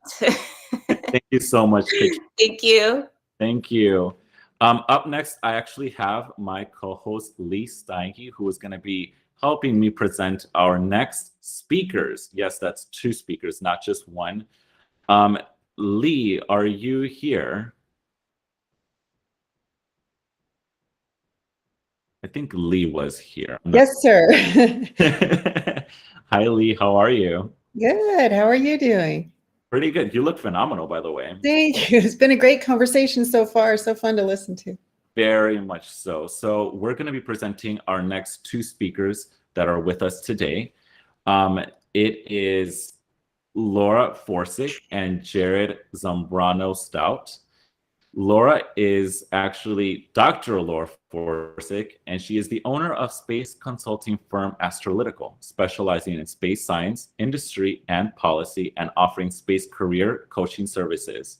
She is a NASA subject matter expert for planetary science missions and is also the primary author of Astrolytical, Explore, Flybys, and Orbit Analytics. Dr. Forsick is the author of Rise of the Space Age Millennials 2020 and is a frequent source for national news publications, major regional newspapers, and public radio. And we also have Jared Zambrano Stout. Mr. Stout is the Director of Congressional and Regulatory Policy at Meeks, Butera & Israel, a Washington, D.C.-based law firm that specializes in legal representation and legislative regulatory advocacy before Congress, federal administrative and supervisory agencies, and the U.S. federal and local courts in the District of Columbia. Mr. Stout has extensive experience working with federal departments and agencies, as well as research, science, and technology development programs within the federal government. He advises clients on a wide array of interdisciplinary aerospace issues, including the civil, commercial, and national security space sectors. Hi, Laura, and hi, Jared. How are you today? Hello, glad to be here. Hi, Leo. Thanks for the introduction. Yes, thank you so much. The screen is yours whenever you're ready to present. Great. Well, I don't think Jared or I have slides, right, Jared? No, I prefer conversations like this. I think, Laura, you do too, to be more interactive and discussive as opposed to just talking at people. Definitely. Exactly. All right. Great, so Laura, we'll start with you. Yeah. So To give you a little bit more background as to why I'm approaching this subject, my first full-time job out of graduate school was working for ISS National Lab, also called CASIS, the Center for the Advancement of Science and Space. For those who don't know, the International Space Station was designated a national lab by Congress in 2005. And that's when NASA set out to find a partner institution, a nonprofit, to handle International Space Station payloads for the benefit of humankind on Earth. So when you think about space station, you probably think about NASA and all the great things that NASA does with human space exploration. I love all of their missions going out, looking outward. But CASIS was specifically designed to look inward and figure out how we can benefit life on Earth so that we can use the space station platform for the citizens who are paying for it, essentially. And so that was the job that I was initially hired to do, was to look at both people who already knew ISS existed and help them get their payloads through the process to decide which payloads to fly, because we want a wide diversity of science on space station, but also reaching out to people who did not know that they could do science in space. So that would be, universities, small companies, large companies, and especially like the pharmaceutical companies. I worked on the physical sciences side because I'm a physicist, but we had such a small science team that I really helped out on the life sciences as well. So that's where I really got exposed to a lot of the fantastic work that's done on space station. And then from there, realized that this is an invaluable asset. And so when I was working at CASIS, we watched this movie called Gravity, which maybe you've seen. It's a little silly, but we actually went out as a team and watched this movie, and I began to realize that space station really has a finite life. And if we want to continue to have a presence in low Earth orbit with humans, then we need to plan for the future.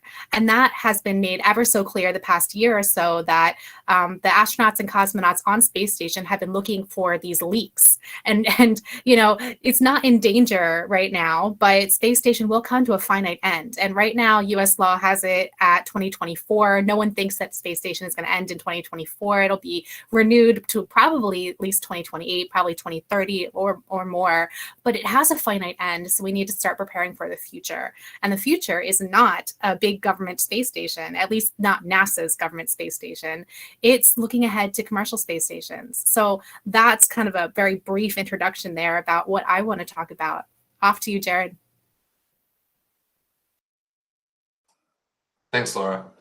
And thanks to the group for inviting me. I think when Michael first actually it was Laura that first contacted me. But when Michael reached out, I actually mentioned to him, I'm always happy to talk space with a captive audience. And I guess a webinar is probably about as captive as you get. So thanks very much for the invitation. I appreciate it. And Laura, thanks for working with me on it. So I guess the place that I'll start is my career on the Hill, on Capitol Hill. I started about 10 years ago. And I didn't actually expect to be in space policy.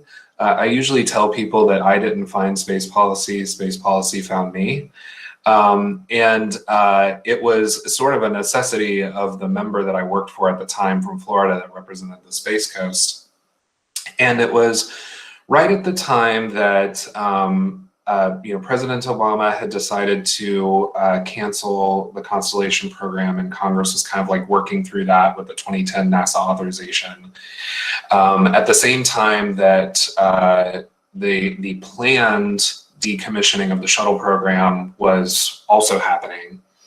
And so those two things sort of converged at the same point in time, and we ended up with a really devastating result for our space industrial base and our workforce throughout the country, but certainly in Florida. So space policy sort of became this huge deal to our office at the time when we didn't really coming into, she was a new member, so coming into Congress, I don't think she thought this was going to be the top thing she'd have to deal with.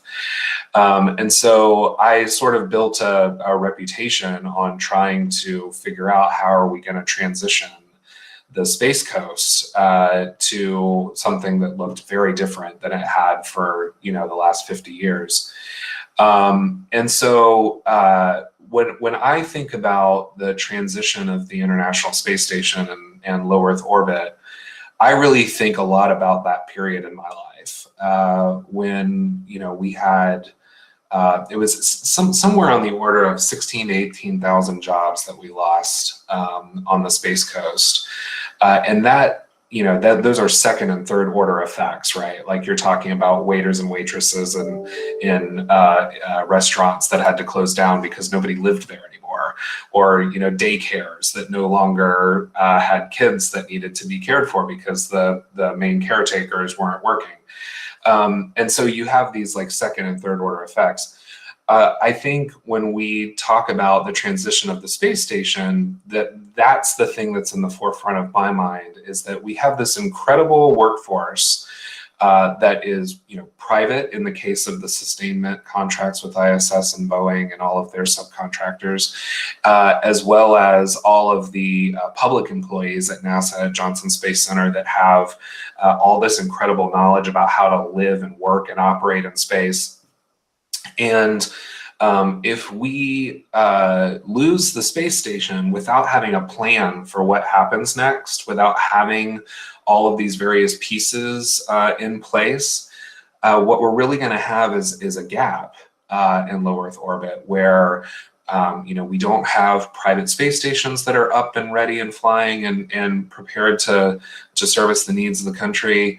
We won't have any government programs that are capable of doing that. And so, when we look at what happened on the Space Coast, it's really just now that we're getting to the point where that workforce has really been built back up, for human spaceflight on the coast. We're getting to the point where Artemis is going to start flying. So we've got those jobs that are there and those capabilities and that workforce that's there.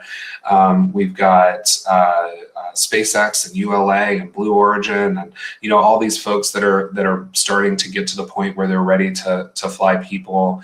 And so I think what my biggest concern is, and probably will always be until we get to a point where we've got a solid transition, is how do we make sure that our country's national capabilities, whether those capabilities are private or they have a public component or however we decide to do that, how do we get to the point where we've got stable capability there for low Earth orbit?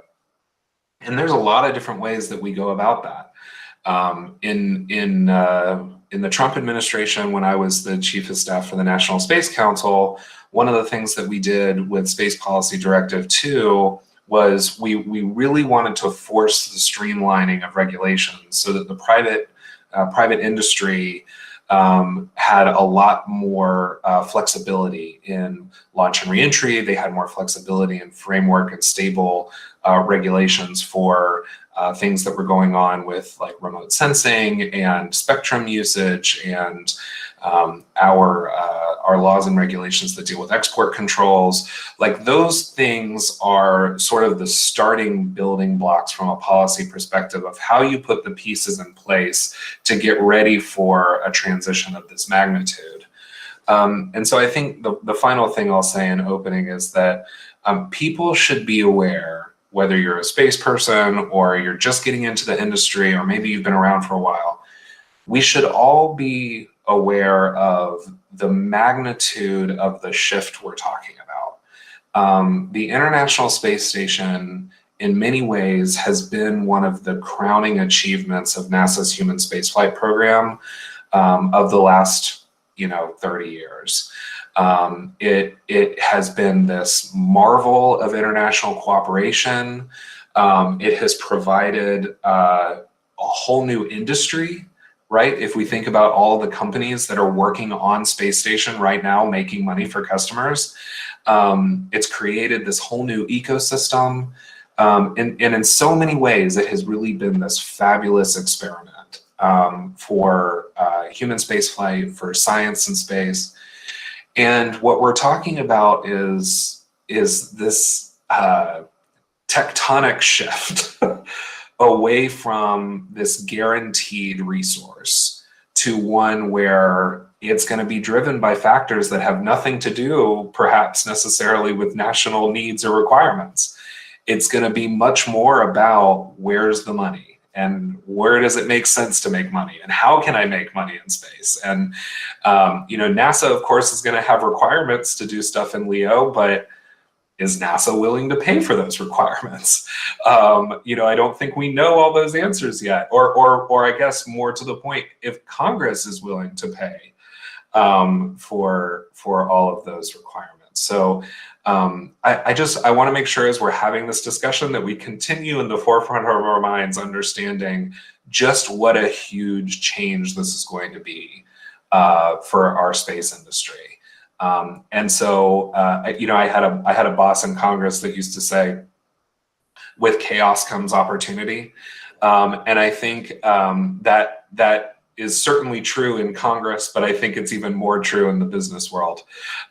When there's a ton of chaos and change and transformation going on, it really presents a lot of very cool opportunities, I think, for the business community. So I think I'll stop there. And happy to answer questions or have more dialogue. And again, thanks very much for the invitation. And Laura, I'm so excited to be doing this with you. I think this is our first event together on a panel, so I'm excited. It is. I'm excited as well. And I want to one-up you because I not only think this is the greatest achievement, the ISS being the greatest achievement that NASA has done the past 30 years, it's one of the greatest achievements of humankind in recent years. And in fact, the International Space Station has been nominated for a Nobel Peace Prize for several years. It's never won, obviously, but that's just how monumental this has been, is bringing together, the US and Russia, which were very recently adversaries and still in some ways adversaries, along with several other countries. So this has been a really a great achievement for humankind. Yeah. I'm thrilled you brought that up, Laura. I wanted to ask about that. There's actually a new initiative just in the last few months to try to reinvigorate that Nobel nomination. It's a hashtag Nobel for the number again, just like ours, ISS. Can you guys talk just a little bit about that qualification and just how you would support that? Oh, I'm not qualified to talk about the Nobel Peace Prize qualifications, but I can say that this has been an effort, because when you think about how do you get two adversarial countries to work together as well as it has, and I myself am writing a book right now where I've been interviewing astronauts, and one of the interviews specifically by my former boss, Greg Johnson, who flew on space station a couple times, he specifically pointed out that he flew with cosmonauts. He was a fighter pilot trained to shoot down Soviets. And he flew with a cosmonaut who was also a fighter pilot trained to shoot down Americans. And they flew together and they made a very strong, unified crew up on space station. And that's just how these things bring us together. Is you could talk about the politics of these intergovernmental relations, and that leads to like the Lunar Gateway and how we're working with that, and the Artemis Accords and how we're working with that. But just look at what we've already done and how well that's worked out so far, and how much maybe space can bring us together in the future. Yeah, like Laura, I don't think I'm qualified to talk about the Nobel process, but I would add also that there are few, from a congressional perspective, there are few national projects that are foreign policy related that are not connected to war that Congress has been directly involved in regularly investing in. We could debate all day about why that is. But at the end of the day, the International Space Station is one of the few foreign policy projects that has had long-term sustained investment from Congress. And rightly so. It's as Laura pointed out, it's one of humanity's greatest achievements, and certainly one of this country's greatest foreign policy achievements. And Laura mentioned the Artemis Accords. I think that's a great example of an offshoot of what we built with the ISS, with the international agreement that the ISS operates off of. We start with that as a base, and we start with like, here's how we made that work, and then you build on top of that. And I think the Artemis Accords is an excellent example, Gateway being part of that, of where the United States has taken that that base that we developed with the International Space Station and said, hey, what other things could we add on top of that? I guess we'll have to see how successful that is. I know there's a lot of people working very hard on it. But I think that's a great example of where the ISS may continue even after it's gone. The International Space Station's operating agreements and stuff, all of those things, they may continue to add on to, what we built there. Can you go back in time a little bit to how the ISS was created, treaties at the State Department level? How do we get that collaboration going in the first place? And how can that translate to future commercial space stations? I'll kind of start it off. So, a lot of our interests in working with the Russians on the International Space Station had to do with a foreign policy environment that it doesn't really exist anymore, right? So we had a very specific interest in making sure that other countries during that period of time were investing in peaceful uses of technology. And we wanted other countries like Russia to be investing in things like space station hardware, the development of science, civil science, and working with us on projects of mutual interest, as opposed to what the previous, in the period post-World War II, where there was this constant drive to develop technologies that would one-up the United States, or in the United States case, one-up the Soviets. And we had this opportunity to do a lot of technology and science development in a civil space atmosphere, where we knew what they were doing, they knew what we were doing. We had insight into each other's programs, and I think that built a lot of trust in a place where there wasn't a lot of trust to begin with.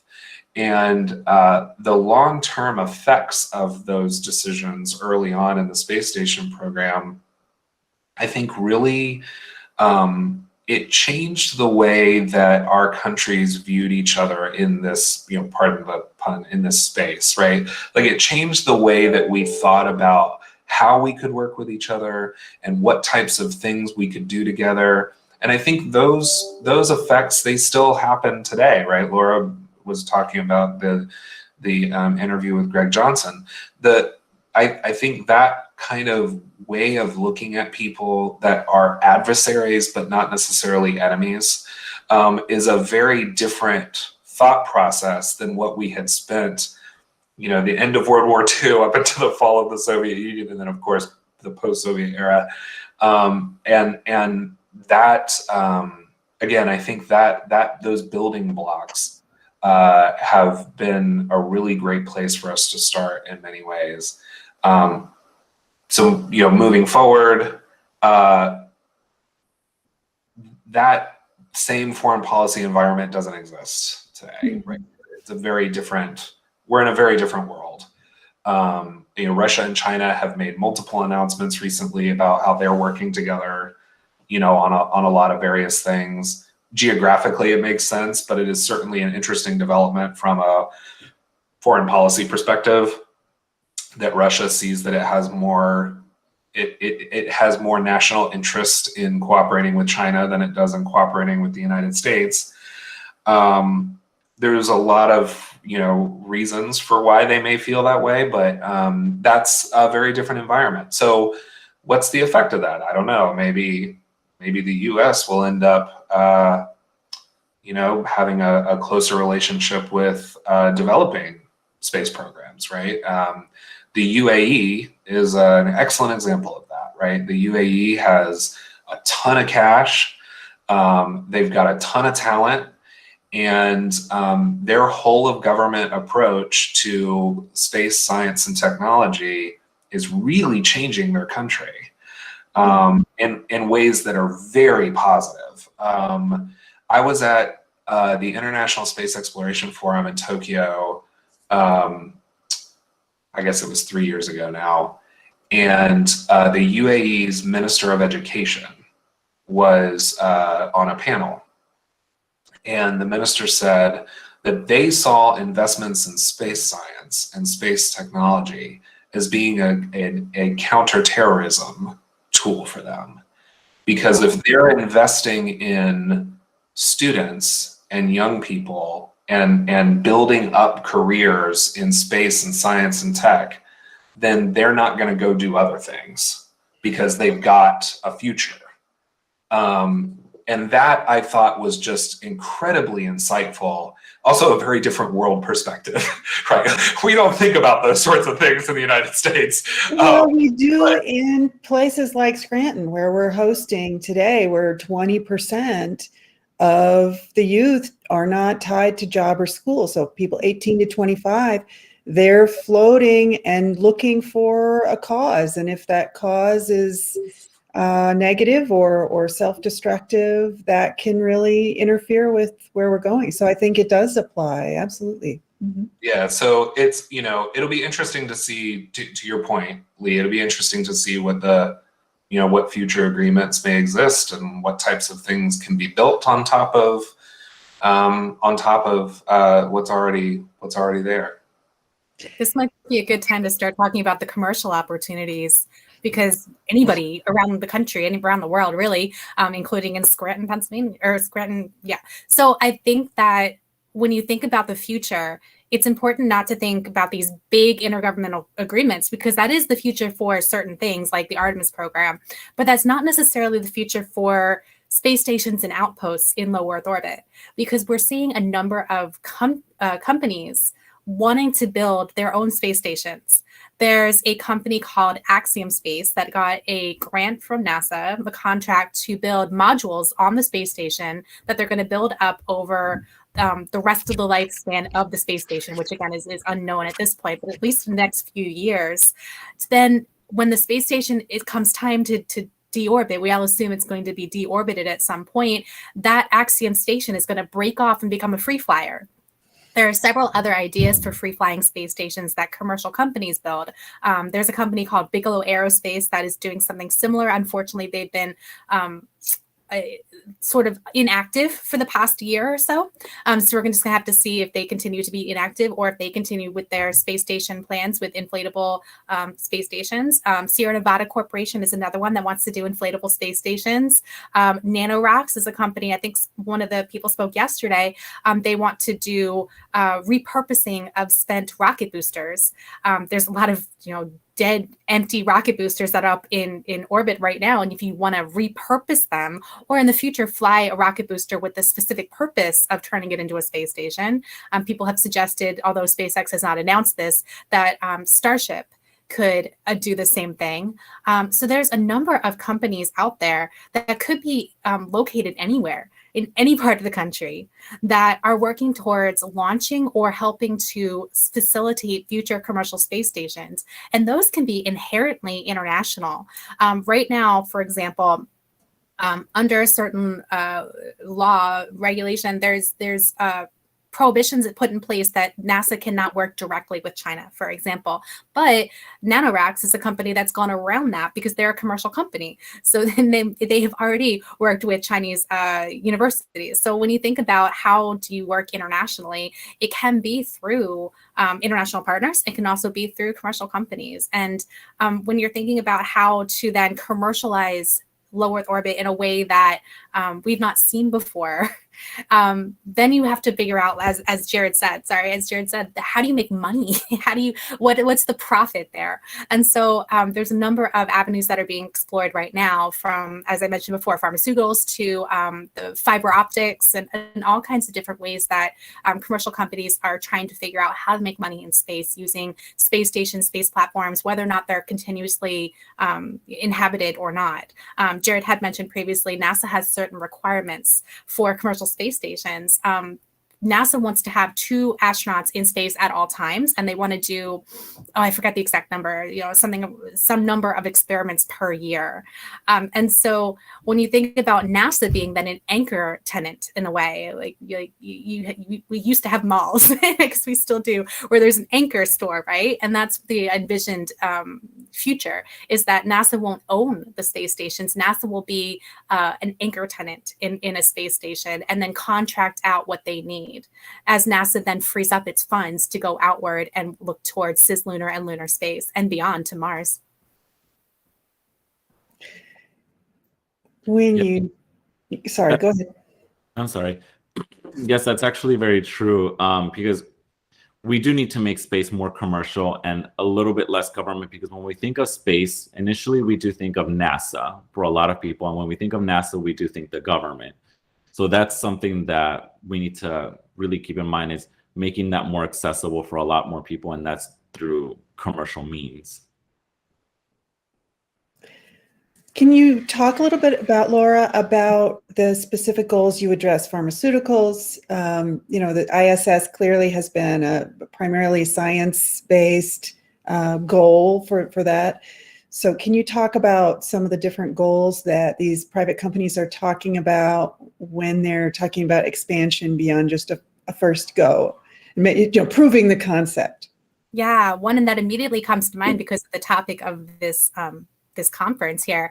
You've heard from Justin Kugler, Made in Space, my former NASA colleague yesterday, my CASES colleague, And so Made in Space Redwire is specifically looking at how to manufacture in space, as are several other companies. And so they started out with this 3D printer in space. And that is a simple little experiment that demonstrated that you don't need to bring every tool up in space. You can print what you need using the raw materials. And that leads to all kinds of opportunities for companies to then get materials, as we saw yesterday with Gary's presentation, get it, use it, make things in space. And it could be small, like a small 3D printer. There's another company out there that's doing 3D printing of tissue in space, like human tissue, for medical needs. Or it could be large scale. And the large scale is what interests not just NASA, but the whole defense arena. So don't think it's just NASA that's funding these things within the United States. The Defense Department is also very much interested in how do you not 3D print necessarily, but how do you assemble large structures in space? Because when you have limitations as to what the fairing size of a rocket is, that means you have to do complex origami, complex folding of whatever you're bringing up. But if you can manufacture in space, and we've done this in some ways for decades now, we assembled the space station through different modulars. And in fact, I think Russia still wants to launch a module up there to this day. So it's not 100% complete yet. So if you have a system where you can build upon structures in space, then you have no limit to what you can accomplish other than funds. Yeah. And that's the big question. Who's paying for it and why? And so for initially, it is going to be largely a government expense, but commercial companies can figure out how to make a profit. Agriculture is another one. I don't know if that was mentioned yesterday or not, but yeah, so that's a big area of how do you make crops resistant, just even mutating crops. There's so many different aspects of the research that can then turn into an actual development that can turn into a product. There's endless possibilities, really. And so my job at CASES was to figure out what some of those possibilities were. But it's even better if you get outside of the space community and you go into other industries that hadn't even thought about using space and get them to think, can you do your work better in space? Can you improve your product? Can you, what can you do? One of my favorite examples was a company that was working on improving their power structures in a remote location. And so a remote location where the power turned off and on, off and on, off and on quite a bit. Space station goes around the Earth every 90 minutes. So every 45 minutes, it's going from solar power to battery in the power grid. So just thinking out of the box like that, how do you use that space environment to improve the technology, improve your product to then make a profit from it? And I think that we've only just scratched the surface as to what's possible. Sounds like the benefits of crowdsourcing discussion that we had a couple of months ago, just that if you generalize the topic, there are experts in all different kinds of fields who can bring, who come together and they solve problems, unexpected problems. We brought up, can both of you address a little bit, before we go to the public-private partnership part of the discussion, can you talk a little bit more about how the opportunity for private companies and private space stations can allow collaboration between China and the US and other countries? We have later today Andy Aldrin coming, who has an institute specifically for Chinese and American collaboration when thinking about space. And yet there are these big barriers, a lot of competitiveness, a sort of sense of Cold War. Can you talk a little bit about those benefits of having these opportunities to go around official government processes? So I'll give a little bit of the perspective from the government side. I think Laura is probably better situated to talk about it from a business perspective. But so I think that the barriers that have been referenced, from a legislative perspective, is really more of a foreign policy decision than it is like a science and tech decision. I don't think that I'll use Congressman Wolf's the much maligned Wolf language in the CJS bill. The original purpose for that was that Congressman Wolf was believed very strongly that China should not benefit from cooperation with NASA while committing gross human rights abuses, right? So I think it's important to keep that in context. Like, it's not as if Frank Wolf was like, well, I hate Chinese people, so I don't want us to cooperate with Chinese people. It's not about that, right? It's about the fact that China was, is, and probably will continue to commit gross human rights abuses of all various kinds. So whether or not you agree that his ability to create that barrier was his little corner of the world that he was able to try and affect that change, I guess we could debate the merits of that. But I do think it's important for us to remember that was the motivation behind this. Now, when companies are looking at doing this, the US interest in a company's interaction with China is about protecting our national interest to ensure that the technology and the science that is done in this country as a direct benefit of our investments as a nation into those sciences and technologies is not co-opted by a government that does not have our same interests in mind. There are lots of ways you can do that. I think NanoRacks, Laura mentioned NanoRacks as a great example, right? They had very specific parameters for how they were interacting with their customer. They did a lot of legwork to make sure that the science was not taken advantage of. There were a lot of safety things in place to make sure that was done in the correct way. And I think, it's of course not uncommon for American companies to sell products to Chinese consumers.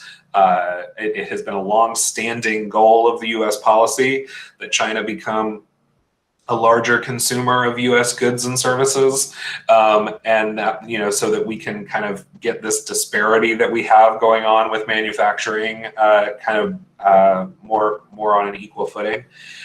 So that is not an uncommon goal, and it is one that I think everybody shares. What we need to do is find a way to walk that line in space, where we can cooperate on tech development and science development, but do so in a way that protects our national interests and does not demonstrate in any way any sort of implicit endorsement of the government's behavior, especially towards suspect class persons, right? Like that I think is a goal that that just humanity should share. And when we talk about working with China in, for example, like doing lunar exploration or doing, Mars exploration or any type of like human exploration, it's important for us to be the ones writing the rules. It's important for us to be the ones that are defining the parameters of what our values are going to be as we move deeper into space, if we're going to cooperate, because Scott Pace is very fond of saying, my former boss is very fond of saying that I don't care if China's on the moon. Like, it doesn't matter if China's on the moon. It doesn't matter if China's in low Earth orbit. Like, if China wants to go do those things, then and that's in China's national interest, then they're going to go do them. What I don't want is for them to be there without me there, because then they're the ones setting the terms. They're the ones writing the rules. And so what I think we've got to do is kind of find what that line is and walk that line in a way that benefits our long-term national interests, and make sure that we have that we are benefiting from that relationship. And hopefully, slowly, probably too slowly, helping to bring China along in the conversation to where they're thinking more about our values than perhaps values that they had been utilizing in the past. So I know that's a very U.S.-centric way of looking at it, but I'm a U.S. policymaker, so what do you want? It's not just U.S., I think, and I'm excited to hear Laura's viewpoint on the business side, but these are themes that I've heard when I was preparing for my talk on art and sport in space. Performing arts were talking about how they wanted the U.S. to be writing the rules and setting the norms for how things go forward rather than some other entities. And so I think there's, even in unexpected places, you're hearing those themes. Yeah, I'd agree with Jared, actually. I think that it's very important to cautiously and methodically move forward on this path, whether or not you are government or commercial or even an individual. And so business doesn't get free rein here. There's always, there's ITAR restrictions, for example. There's different regulations put in place so that it protects national security interests and it protects businesses. And we do have to be careful, not just with the human rights violations with China, but also the cybersecurity and IP issues. So there's different things that businesses are very much aware of when they're working with not just China, but other countries. But China in particular is one to talk about because as early as this month, China wants to start launching its own space station. It had a small temporary space station previously, and now it wants to create a more permanent space station this year and next, starting with launches as early as this month. And China has already been in contact with international partners. Some of them are even partners of the United States. So when, for example, the European Space Agency and those countries, when they think about who they're going to partner with in low Earth orbit and beyond, they now have to think, yeah, we want to partner with the United States, but we also have this opportunity to partner with China. And how do we work together or not with the partners and with China? And, there's definitely a lot of opportunity there for diplomacy, but one does have to be very cautious when moving forward because of the delicacies of the human rights violations and genocide that's going on right now. No doubt about that. if you're a business person, you want to act in the best interest of your business. And that can be both making a profit and also how that looks. So for example, I can think off the top of my head, Virgin Galactic backed out of financing with Saudi Arabia because of a human rights violation there. And so it's not unheard of that space companies think about these things and how it might look to the outside world, in addition to the fact that they want to make a profit in space. When you're thinking about moving forward as a commercial company, and again, commercial company can be based anywhere. It could be based in Scranton, as well as, you know, a lot of them are in Houston, Texas right now, Florida. There's just so many different places and opportunities that can open up. And the beauty of it being international is that there are different expertise around the world, and also different ways to partner with those government entities to bring in different opportunities that might not have occurred previously. We talked about the UAE, for example. They are full force forward, running forward as much as they can to try to get themselves to be a growing space power. India is another one. India actually wants to create their own space station. Whether or not they have the funds to do it in the future, we'll see. But they have announced that they want to do their own space station as well. Even Russia has said that they want to, although I don't know if they're ever going to get the funds. They are kind of declining when it comes to space funding.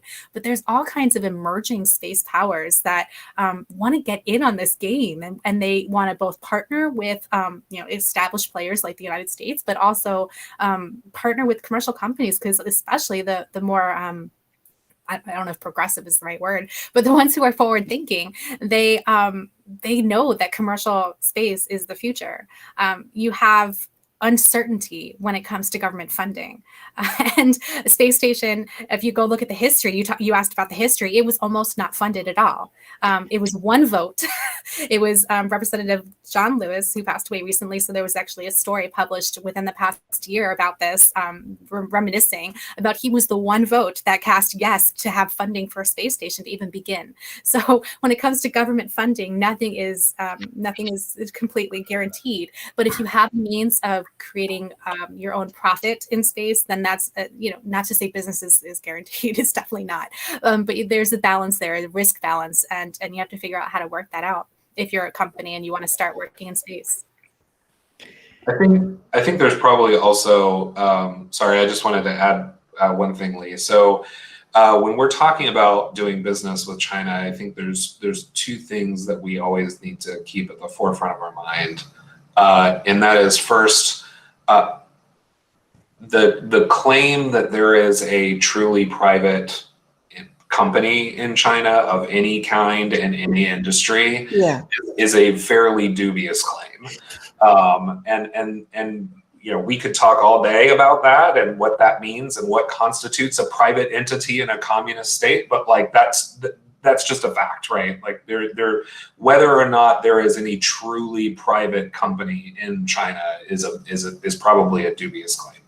Number one. And number two, that China has a long history in all kinds of activities of basically giving away free services to foreign, to other countries and foreign companies as a way to entice them into a relationship. And then once they're in that relationship and they are completely tied to that capability or that business model, then they start extracting a price.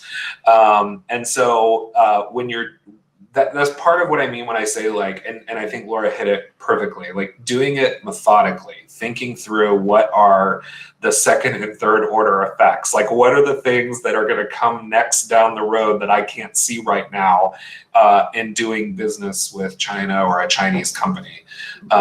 So I think those two things are super important just to keep in the forefront of our mind. And I think as long as you go into these things with eyes wide open and knowing that like when I do these sorts of things, that there are these potential other issues that are going to come along with it. As long as you do that and you're thinking about what your values are and how they may be in conflict with those with Chinese values, then I think you've got probably a much better shot at being successful. Great. Well, certainly have a lot more. We could go another hour on that train, but I do want to talk about Foundation for the Future's plans for the Space Act, Space Corporation Act of 2021, trying to create a public-private partnership to help support space infrastructure development, combination of commercial and government activity. So can you both address from your different perspectives how you see that benefiting the development of commercial space stations? I'm really glad you brought that up. This is essential. And I know Jared has a lot to talk about this as well, but I wanted to start off saying that we need to think about space as a critical infrastructure. We take space for granted in our daily lives. It is ingrained in our modern society. Communications, GPS, and precise timing, and weather, and space is critical infrastructure, and we need to fund it that way. And so when you're thinking about funding for the future, you need to think about low Earth orbit as being a critical infrastructure, both in terms of satellites and in terms of human space presence. And we need to start funding it that way. And so Congress to the past 2 fiscal years has not yet seen this and funded LEO commercialization is what NASA calls it, to the point where NASA has asked them to. So NASA has this plan. Maybe they haven't detailed it as well as they should, but they have this plan for how to move forward with the critical infrastructure of moving past space station and preparing for commercial space stations. And to the date, Congress has yet to actually fully fund that. They've only funded about 10% of what NASA has asked for. And Congress needs to really get on board, and maybe NASA is at fault too, to really prove that this is critical infrastructure that we really need to plan for now, because it takes a long time for companies to actually build things and to launch things. We know how delayed that can be. So unless we want a gap, like we saw the gap, Jared mentioned how devastated, and I lived in Florida as well, how devastated Florida was, the gap between Space Shuttle and Crew Dragon. We don't want that gap between International Space Station and what comes next. So we need to start planning and funding it now. Yeah, so I guess I'm gonna take this from a little bit different perspective. So the public-private partnership idea, like everything these days seems to be a public-private partnership. It is like it's like the buzzwords that everybody wants to hear. Everybody seems to think like, hey, if you're doing a public-private partnership, like it's 100% it's gonna be good. I think we need to probably spend a little bit of time as a community, as the space industry, thinking through what do we mean when we say public-private partnership. Do we really mean that we just want to set up a quasi-governmental corporation that is going to fund projects that we think are important, and then maybe some companies will put in money themselves? Do we mean that we need to have a hard 50-50, that like it's a dollar for dollar match, right? Like I worked in the Florida government, and when we would pass like infrastructure bills in Florida, we had a matching thing. Like if the county wanted to put in a certain number of dollars, the state would match those dollars, like $1.25 for every dollar they did, or something like that. The federal government does a very similar thing, right? Like the federal government will say to the states, we famously do this with Medicaid. For every dollar that you put in, the federal government puts X number of dollars as well. So do we mean it that way? I think there's a lot of different ways from a public policy perspective that you can take that conversation. The most recent examples of this, I think, are probably commercial cargo and commercial crew. I think commercial cargo has been quoted on the order of a 50-50, that the providers did about 50% of the development costs themselves. And that for some it's a little bit more. I think Sierra Nevada is probably more than 50%. I think Orbital ATK's original plan was probably less than 50% because they had to catch up after rocket plane Kistler got booted out of the competition. So it like fluctuates, but I think it's basically like 50-50 split. I think commercial crew was probably more on the order of like 80-20 because it's just so much more complex. And so when we think about private space stations, and Laura mentioned, NASA wants to have 2 astronauts in LEO like continuously. So peace, okay, I get it, but long-term sustained eclipse in LEO is very expensive. It is very hard to do, and if we're going to have astronauts in low Earth orbit on private space stations for long periods of time, the investment into ecosystems that are capable of handling that type of environment is very expensive. And so we just need to go into it understanding that if the businesses don't have a closed business model for how they're going to support sustained investment in an ecosystem that can last for 6 months, then NASA's going to have to pay for the business case that doesn't close. If there is a business out there that thinks that it's got a good case for having a paying customer on the space station for a long period of time, or maybe they've got like a pharmaceutical company that says, we're willing to pay your astronaut for all of their time to run all of our experiments in microgravity and do this research for us. And then maybe the business case closes like that, right? So maybe it's not a NASA astronaut. Maybe the business case closes because their private astronaut is being paid for, all of this astronaut time and training and, all that sort of stuff. But is that a public-private partnership? I don't know. I guess yes, in a lot of ways it is. But from a public policy perspective, I think that we probably all need to spend a little bit of time thinking about what do we think is our nation's national interest in paying for the development of these capabilities, and does that line up with the business case? Mm-hmm. In places where it does, then I think that's great, and we should do that. In places where it doesn't, then maybe that really is more of something like a private capability that NASA could purchase a service from. I think there's a place for all of those different types. I think in some cases, NASA has a great reason to spend a lot of money on a capability. Like we see them, they do that all the time. Our country makes those trade-offs all the time. In other cases, I think it probably makes more sense for NASA to just be a customer of the service. And there is a place for all of those things.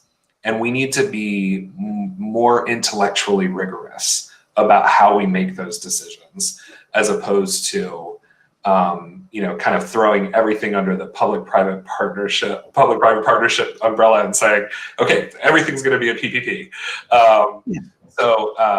Sorry, that's a little bit of a soapbox for me, but I think that's because I tragically had to deal with these things in legislation. And legislation is so black and white. It's either this thing or it's this thing. You can't have it be both. Finding a way to split those things and give us those shades of gray and that flexibility it's a tough public policy problem. So I love that we've got an organization that is interested in standing up this idea and wants to debate the policy. Like, I think it's great. I really wish I had something like this to look at when I was on the Hill. So I think it's great. Thank you. Laura, do you have any closing comments? We're at the end of our time and just want to give you one more opportunity. Yeah, I'm surprised that it didn't mention it yet, but Jared brought up private astronauts. And I think it's important to at least discuss that a little bit, in that we're not just talking about space tourists who are going to go up there and party and look out the window. The private astronauts who have gone to space station, and there have been 7, one went up twice with a company called Space Adventures, and ones that are going to go up in the future through Axiom Space and through hopefully in the future through other companies as well. Axiom is contracting with SpaceX. These people are doing real science or business. Richard Garriott, for example, he is the son of astronaut Owen Garriott, and he is one of the founders, in a sense, of commercial space. He flew, and he said that he, made some money. He didn't make up the entire bill that he had to pay to go up to space, but he made money while going up there. And so there's an opportunity there for commercial companies to then fly their own private astronauts or customers that they are, for example, Axiom Space has contracted an Israeli private astronaut to fly on their first mission. So it could be international in that sense, and it could be commercial, and it could be someone just having fun. But the chances are when they're going and having fun, they're also going to do some really great science or outreach or something that's beneficial to the world. So I think it's important to note people get this misimpression about quote unquote space tourism, but it's really just another way to get astronauts up there. And when we're talking about the definition of astronauts, I'd say that anybody who's on a space station is an astronaut, right? That's just my personal definition. I think most people would agree. And we're going to have to think about this in the future of how more and more and more people are going to be able to fly suborbitally, maybe, but also orbitally. That starting this year, hopefully, with the Inspiration 4 mission.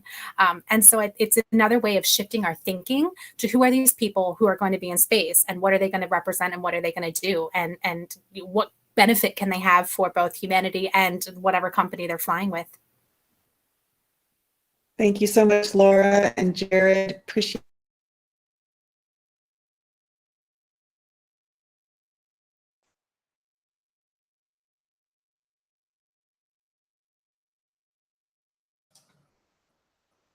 So Michael, it looks like we lost Lee. I see that. I hear that. I'll just say thank you very much to the group for inviting me. This was a really fun conversation. Oh, Lee, I'm actually also on the phone, so if you can't see me, I can still talk to you. Oh, I'm there now. I'm sorry. Here we go. We're good. Right. We're good, Lee. We're gonna go ahead and move off gracefully. Thanks a lot, Lee. Jared, if you have any closing remarks. I don't. I was just saying thank you for the invitation. Thank you to my fellow panelists, Laura. And if anybody has any follow-up questions, the link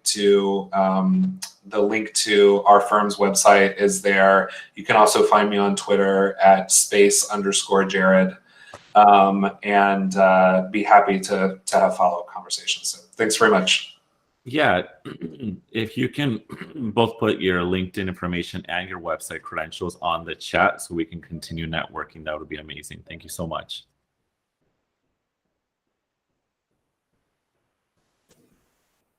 Okay, and back over to you.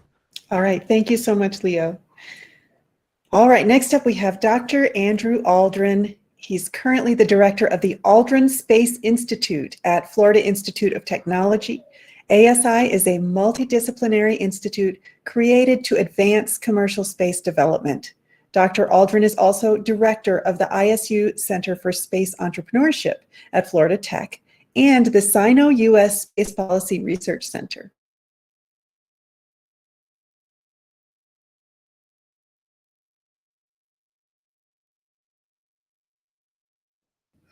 Seems like Lee is having a little bit of trouble.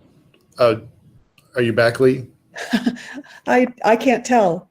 Okay, you are. All right. Here, let me mute myself on the.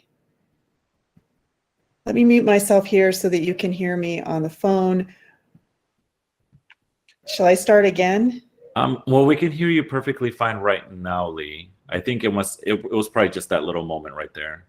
Okay. So did I finish Mr. Aldrin's introduction? Give it another shot. Okay.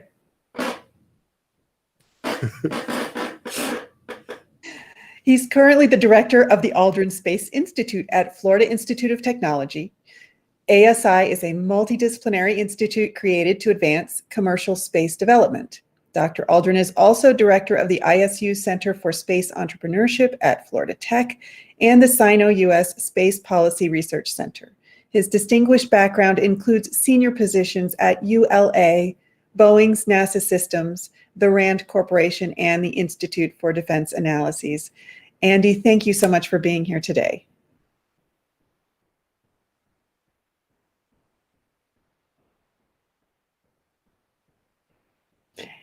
Andy, you may be on mute. Okay, so my turn. Okay, thanks, Lee. It's a Sorry pleasure about that. to be here. I jumped in at the tail end of Jared and Laura's conversation. That was fantastic. And actually, Laura was hanging out with us a little bit at the very origins of ASI. And it's great to see her still in the community. Michael, I do want to start out. I know we have some things we want to talk about, but I do want to jump in on the public-private partnerships because, like many things, I have strong opinions, but there's something that I think is useful to talk about because it is really complex. And Jared did a great job of kind of getting into the complexity, and we tend to be really arbitrary about it. And there are lots of different ways of slicing it. One of the ways that I like to, and it's not certainly not the only way, but it's useful, is that fundamentally a partnership is about risk sharing. Public-private partnerships are about risk sharing. And so if you start to deconstruct those risks and understand which side has which kind of risk, it's a useful way of kind of gauging and balancing the partnerships. And without getting into the details of how you sort of deconstruct those things, I would just say that it's fairly obvious in some cases where we get the risk out of balance, and invariably those partnerships don't work very well. Whether it's industry taking on too much risk or government taking on too much risk, it doesn't work. And we find that. And so I think the trick is, and it's not the only trick, but one of the tricks to making these public-private partnerships work is coming up with the right balance. Now, the challenge is that industry and government don't see risks the same way. And there are lots of occasions in which things that are great for industry to reduce risks are really bad for government. And so it's not easy, and it's called negotiation, right? But that's one useful way of looking at it. And I would just, suggest, I just wanted to kind of add that to the last conversation. I know we have lots of stuff to talk about today. Yeah, I'm glad you did that. Michael, did you want to come on as well? You take it for the beginning, and I'll come in. Okay, you guys are going to like double team me here. This is great. So earlier in the conversation with Laura and Jared, we talked about the Sino-US Space Policy Research Center, the difference between how governments treat interaction with China and how commercial companies can do so, and the pros and cons there, and the different reasons for taking on different types of risks in foreign policy. Can you talk a little bit about your decision to form the Sino-US Space Policy Research Center and how that's taking on this problem? Yeah. So we just this actually happened a few years ago, and it was actually about the same time both I and the president of the university had run across various people in China who were very interested in cooperating, and actually this was an initiative on the part of the president of the university. But to be perfectly honest, while it all started with great intentions, and I actually brought a delegation of students out to the Beijing Institute of Technology, and we spent a couple of weeks looking at facilities, but also having seminars, mostly kind of dealing with, not surprisingly, policy and law issues. Subsequent to that, U.S.-China relations really haven't supported a whole lot of interaction. So I think it started with the best of intentions. They're good intentions, I think, remaining on both sides, but the political atmosphere isn't really supporting much. So that's what's happened with the Institute. I probably still have opinions about U.S. and China and different ways of approaching. And I think that, to be sure, China is becoming a very interesting player in commercial space, but very different, right? And obviously, what it means to be commercial is really different in China than it is in the U.S. And I'm not sure how much that means. And that's not a passive aggressive. I'm not sure. That's just genuinely, I don't know that it matters whether it's a state-owned company or a purely commercial company. They're both competing in the space arena. Can you address a little bit about the quality of STEM education and workforce preparation in China versus the United States? And then compare that to innovation capabilities, right? It seems as though China has better STEM education and workforce development, but still lags in innovation. Just kind of wanted to get your thoughts on that. Yeah, so it would be, I'm far from an expert on STEM education and innovation in China. I would just posit that I think we tend to have, like with the Soviet Union before, which is, frankly, what I grew up studying the Soviet Union. I actually wrote my dissertation on how the Soviets beat us into space. I see a lot of parallels. I also see obviously there are massive differences between the two. I think that we tend to overstate the quality of STEM education in China and understate the amount of innovation that really happens.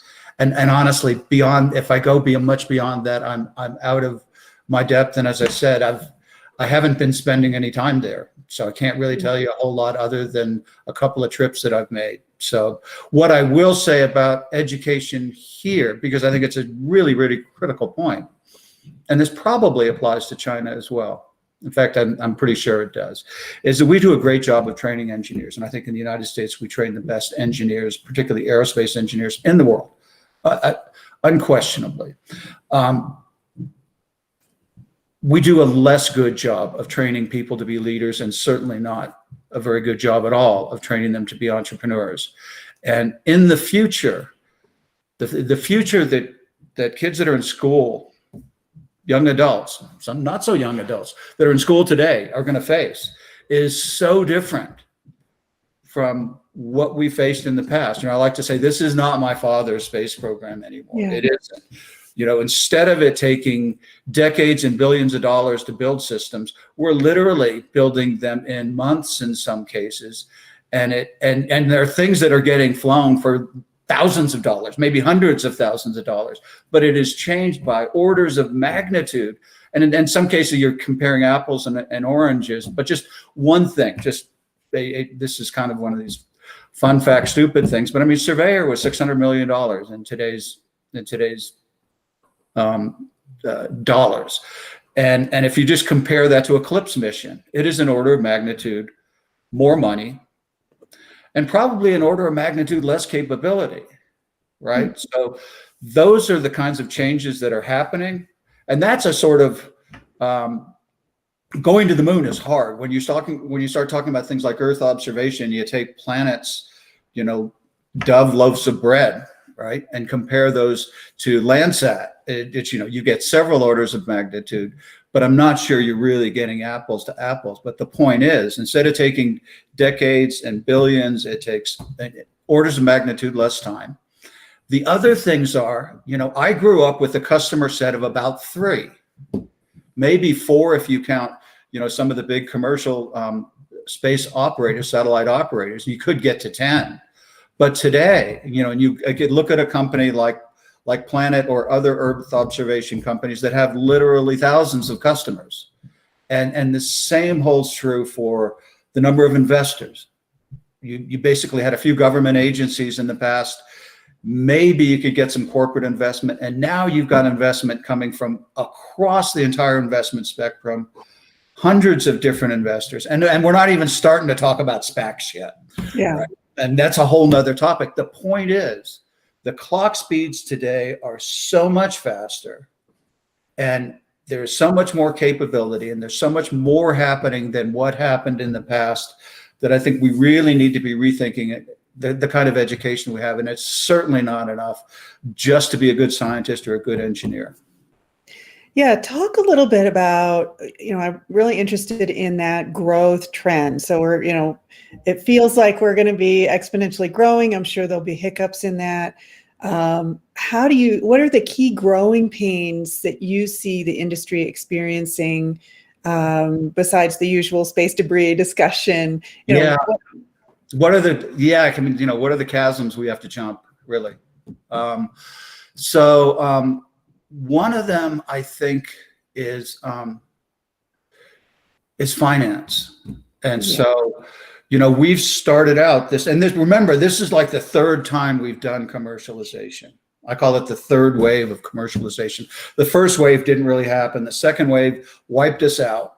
And here we are. And we don't know if we're riding a great wave or we're going to get wiped out. I mean, really, I am genuinely unsure of what's going to happen.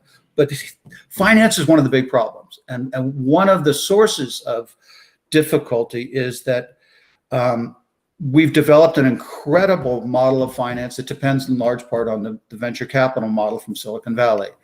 And it works really well in a lot of industries. It's a tougher play when you look at the hardware side of space, because development timelines, even though I talk about how much shorter they are, they're still long for the venture capital. The expectations of profitability in aerospace industry, and if you just look at aerospace industry, and if you're doing 10% margins, that's awesome, right? But most of the venture capital models need you to be generating 40 or 50% profit margins, operating margins. And that's hard to do in hardware. I won't say it's impossible. I've just never seen it yet. Okay. And so that's a challenge. It's less of a challenge for the application side of it. I think the application side of it works well with a venture capital model. But if you start looking at that model, when you're talking about hardware, it's tougher for most companies. And so that's a big challenge. And I think the disparity between hardware and applications is another thing that worries me a little bit, because I see most of the money going into the application side, and I worry whether the applications are going to outstrip the hardware, the infrastructure that we really need in space. Yeah, that's very relevant to the goals of aviation for the future in terms of putting infrastructure in place that allow everyone to be utilizing space. And I'm glad you brought distinction up between software and hardware. Can you talk a little bit about the goals of the Aldrin Space Institute and just educate us on that? Mm-hmm. So ASI was formed primarily to the first driving force was human exploration of Mars, and of course that was my father's passion, and so we did a lot of work looking at cycling architectures, which was really it's a super innovative architecture. Mars is not as popular now, and one of the things that we're doing right now is we're producing a volume on lunar habitats, which looks at and Peter Eckert, who actually wrote, I think, one of the kind of foundational books and a couple of editions on lunar habitats, is kind of leading that. But we're putting together a Springer reference volume, which will have, we've got 50 authors working on it. It'll be about 1,000 pages. We hope to have it out this year. And so that's one of the things we're working on. But really the core of what ASI is doing is really embodied in the Center for Space Entrepreneurship. And so what we're doing at CSE, it's kind of, I'll say it's two things really. First is education. And so the core that we were built on is, it's a summer program. It's a graduate program, which is part of the Florida Tech catalog. So it's the same courses that you would be taking in a normal semester. But what we do is we put 4 different courses together to create a certificate. And the idea is that students that are working on an MBA, a master's in aerospace engineering, we've got an education student coming in this year that are working on a master's degree can get, it's literally, we do an entire semester of work over the summer on space. And so it's their classes in policy and law, commercial programs, really markets, entrepreneurship, where you develop a business concept, and technology and systems. And our faculty, I'm the only Florida Tech faculty, and I teach policy and law and markets. Greg Autry teaches the entrepreneurship program, and Angie Buckley and Chris Welsh from International Space University and Aerospace do the technology and systems. And we have about 20 speakers come in. This kind of one of the great things is by doing it last summer, we learned that we can have the speakers and line them up for exactly the lecture that we want to have them come in. And that was a great lesson for us. But so you get a lot of interaction with people outside, and And this past summer, we had a great program. Really looking forward to our next, the summer coming up. We've got a lot of students signing up. The other thing we do is research. And so we're working on a series of studies with the FAA, looking at commercial space industry emergence. We've got the two biggest studies are looking at the emergence of the small launch industry and the emergence of satellite constellations. And what we're doing is we're trying to take the rigor of academia and good academic theory, good data gathering, and bring that together with the practitioners, which I'm really more of a practitioner than an academic, and try and do something that takes a step beyond, kind of well-informed punditry, which is what sort of substitutes for analysis, to be honest, in the space industry, not to mention a lot of other industries. But we're trying to take it another step and pull together real databases, event databases that people can refer to, as well as basing what we're doing on good academic management theory. So those are, in a short, that's a short version of what we do.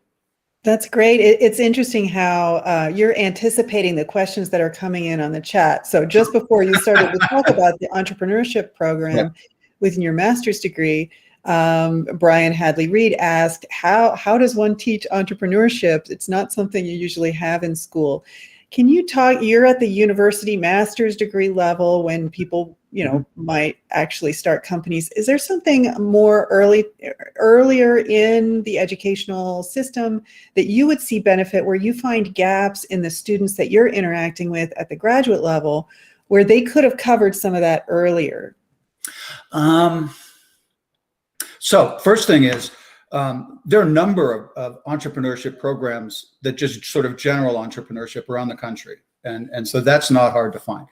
I think we are the only entrepreneurship program focused on space. And Greg, to be honest, is one of the very few professors who is a no kidding bona fide academic who teaches space entrepreneurship.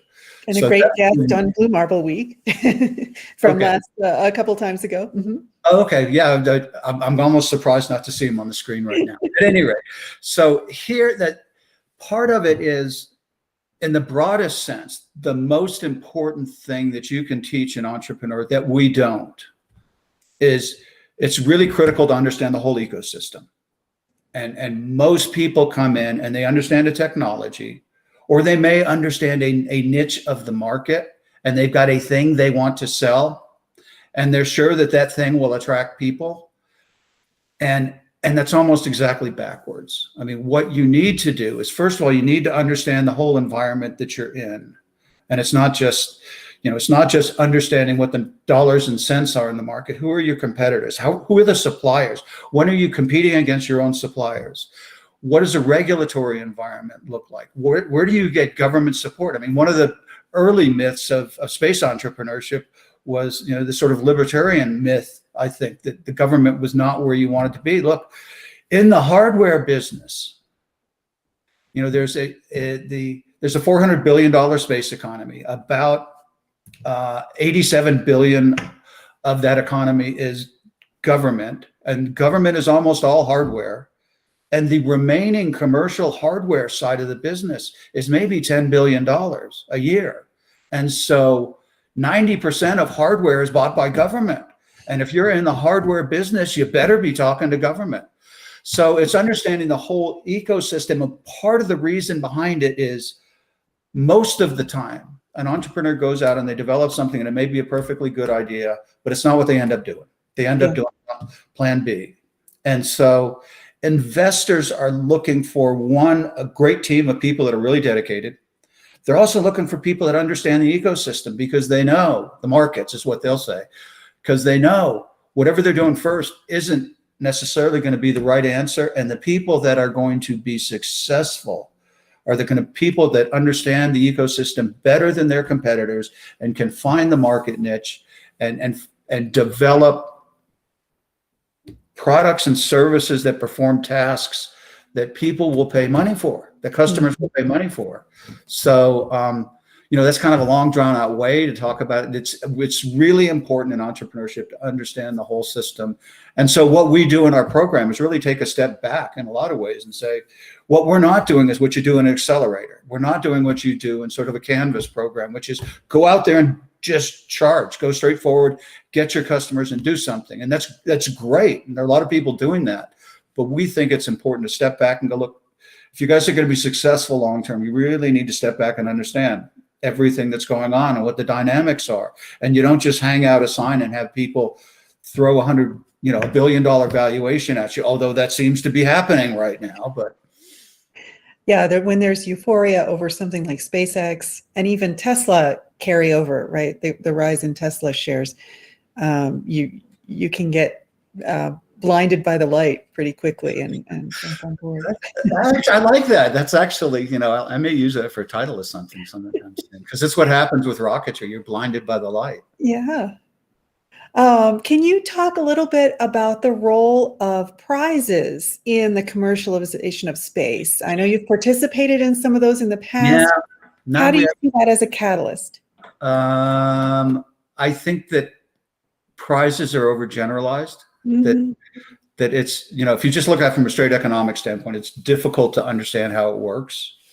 Nobody made money off of Ansari X Prize, and we all, and it's wonderful because it did actually lead us down the path that we're moving down right now in suborbital tourism. I think that prizes work really, really well. And we know this with certain kinds of problems where you've got lots of solutions running around and kind of and it doesn't cost a lot to do it. And so prizes can work really well for something like that. It's a tougher sell when you start looking at really big things like going to the moon. Google Lunar X Prize,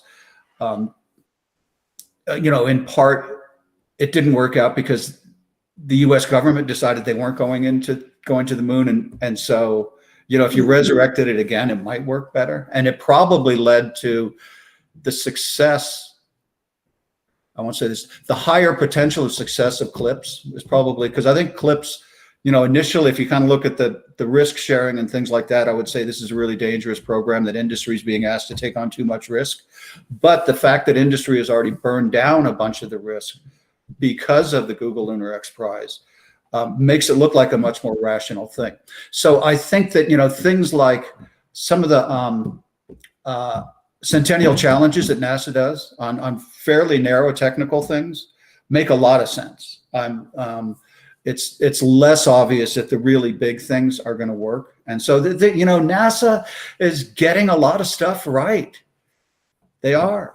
And that's a really good thing. They're getting other things wrong, and we can talk about that. But yeah, I've even had some conversations where having NASA as a customer is very different from having DoD as a customer in terms of the value, the risk, the entrepreneurial aspects.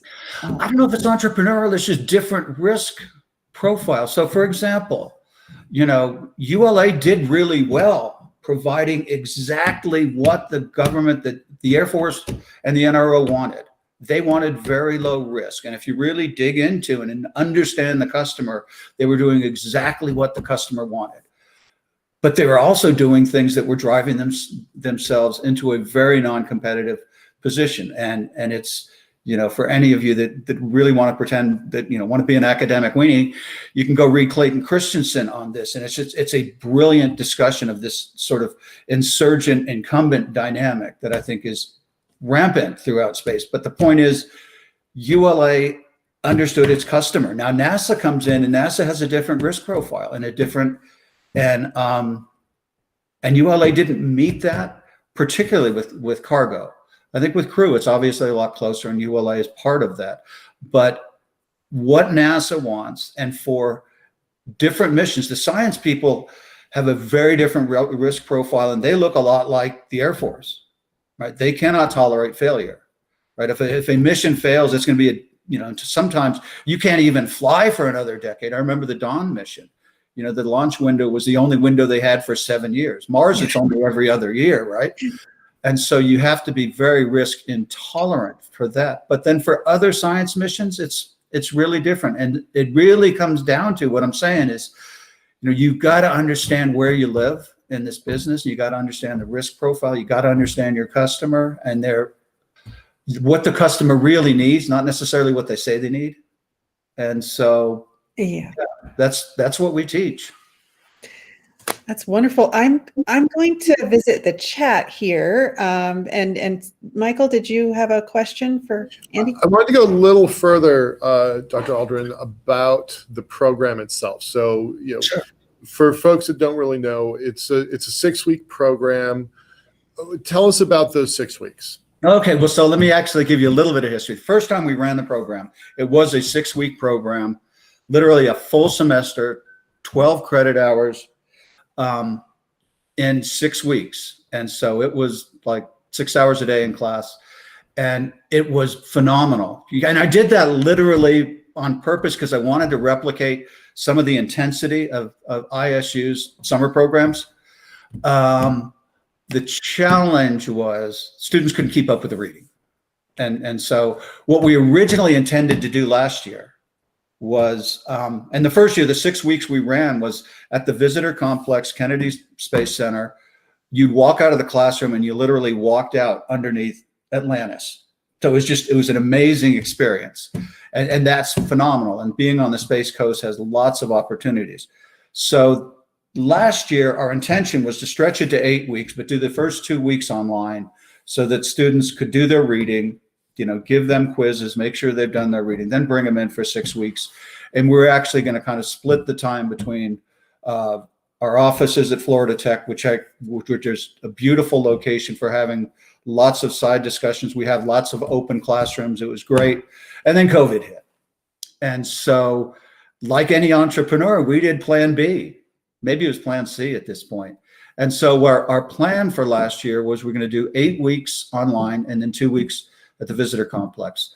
We couldn't get to the Visitor Complex, so we ended up running the whole program online.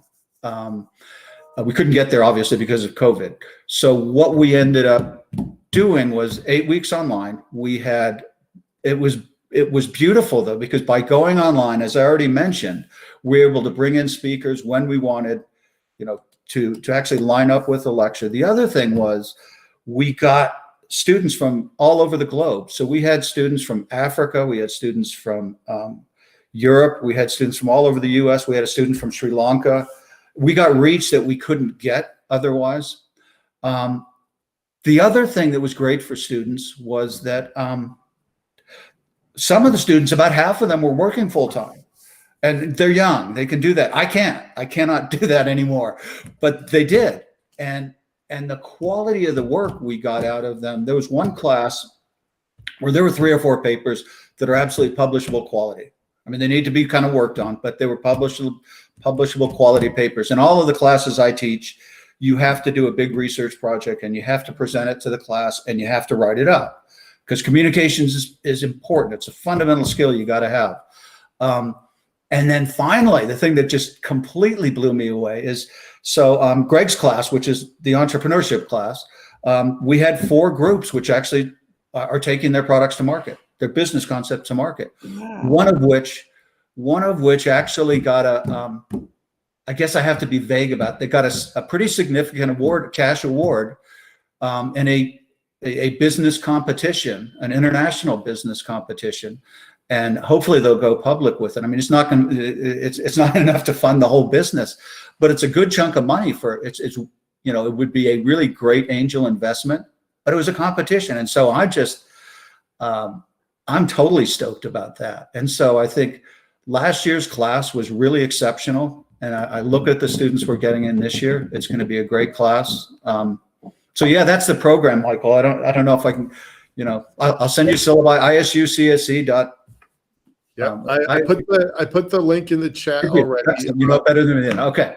But yeah, what happens next? Another few weeks of accepting students. We probably have a little bit of scholarship money, but it's all partial scholarships. So I'm pretty stoked about the program. So, is it going to be online this year? Is it going to be a hybrid? Are you thinking it's all going to happen in Florida? No, okay, so we think that we hit on a really good model. 8 weeks online, 2 weeks in Florida. Okay. So it's going to start on the 18th of May, and then we'll run most mornings. There'll be 2 hours, maybe 3 some mornings of, a combination of guest lectures and class, and it'll be synchronous. And we'll have other, group exercises and things that people can do on their own time. And then we'll come to the visitor complex for 2 weeks. We'll line up tours of the facilities. You can't have 2 weeks in Florida without a launch. So we'll put together some kind of event around the launch, which I think is a great opportunity, because particularly for entrepreneurs, because what happens at a launch is, all the senior engineers, managers, executives show up because they have to be there, because you can't possibly have a launch without the vice president of human resources there, right? And so they go to, and then everybody goes to the launch readiness review 2 days before launch. You go to the LRR, and if everything's good there, then you take a day off. And what we want to do is find ways of taking those people that are there for the launch anyway, and bring them together into just a really incredible sort of technical interface. We'll have students present things, faculty will present things they're working on, people that are coming down for the launch can talk about what they're doing, and just get people together that have, resources and problems with people that have solutions. And that's when innovation happens. It's a great opportunity in Florida that we haven't really taken enough advantage of, but it's a key element of what we did. The first year, we actually got to see a Falcon Heavy at night. Oh, so envious of that one. I am very envious of that one. There is a launch which isn't quite lining up. You might have to stay for a little while longer, but there's another mission that's coming up with the Falcon Heavy. I don't know if it's at night yet, but we're working on that. It's time to start figuring out exactly what's going to happen for that 2 weeks. But the 2 weeks is going to be magic, because it'll be the first time the students have gotten together. Right. We're actually going to invite the students from last summer to come. To come and join us. And as I said, that was a phenomenal class, and they're looking forward to it. And they were, and I think it'll be magic. Well, I'm certainly looking forward to it. We're going to try to do a ISU Alumni Association event there. By the way, there's 2 ISUers on this call right now, and there was Katrina Malagrana from earlier this morning. Okay. Spoke about her ISU experience. So excellent. And I see one of my first year students on there. There's Alex. Oh, you do? Oh, great. Alex is on there. Alex, you have a question for me? I want to set you up with something. I've been putting links in the chat for everyone's reference. Have you? Oh, okay. Thanks, Alex. Yeah, you're welcome. Alex is one of our rock stars in the first year.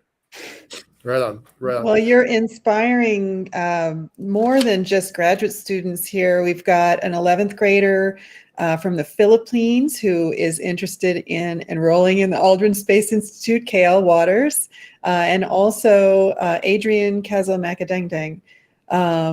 Both are a little younger than your typical demographic and really excited about the space industry and wanting to get in. They're also in the comment. Sorry, go ahead. Okay, so pay attention. There's more to come that will work. And also I should point out that I run the Aldrin Family Foundation, which is doing K through 12. We're mostly doing work in middle school, but we've got some really exciting programs coming out, one of which is sponsored by NASA, which is just going to be a really cool combination of really compelling videos with great lesson plans that are going to be, as I said, it's kind of directed more towards middle school, but we've got a lot of stuff coming.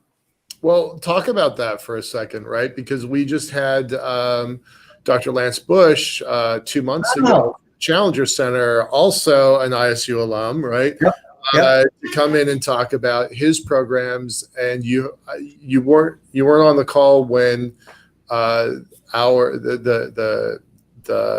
Foundation for the Future's executive director was on earlier this morning, but one of their primary goals is to figure out workforce development, and their phrase is from kindergarten to orbit. So how do you train the student to go from, you know, this person over in the Philippines? How do you get this 11th grader to be a space professional, however they define that, right? So please talk about that. Yeah. So first thing is, it helps if you get them sooner than 11th grade. Okay. I mean, I think we're okay. I think anybody who's on this call is probably on the right I think path. they're right, and in a sense, they're not so much the audience for most of what we do. So our primary programs are built up on the idea of bringing the inspiration, the excitement of space into the classroom, but into the classroom, right? We do extracurricular stuff, but we like to make it something that is part of what the teachers are teaching to meet the standards that they need to meet. And it's not just STEM standards. It's also, we've got programs that we work on English language arts. Mm-hmm. And the fundamental thing is we've got these giant moon and Mars maps. And so we're putting the kids on the moon and Mars. And I'll talk about Mars for a second. So the thing that's so great about Mars is, because when we talk about Mars, we're talking about putting, you know, maybe 50 people, some kind of a habitat on Mars, which is biologically more or less self-sustaining, but a permanent habitat. Sort of think about like the Emerson Scott Station at the South Pole. Not 1 million people like Elon, but 50 people that are there. But it's more people than you can really take there and bring home on a single mission. So they're going to be there for a long time. And if you're at Mars for a long time, you have to do everything on Mars that you do on Earth. But if you're doing it on Mars, it's a lot more exciting. And so, I mean, I joke that we can teach plumbing on Mars and get kids excited about it. Yeah. And so that's what we do. And so we've got our own lessons and things that we provide to the teachers. But typically what happens is we'll sit down with the district leadership and work on our programs to match what their standards are. Because every district, particularly the big districts, kind of have different ways of meeting standards. And so we work with them so they can bring it into the classrooms. And so the teachers can get excited about it.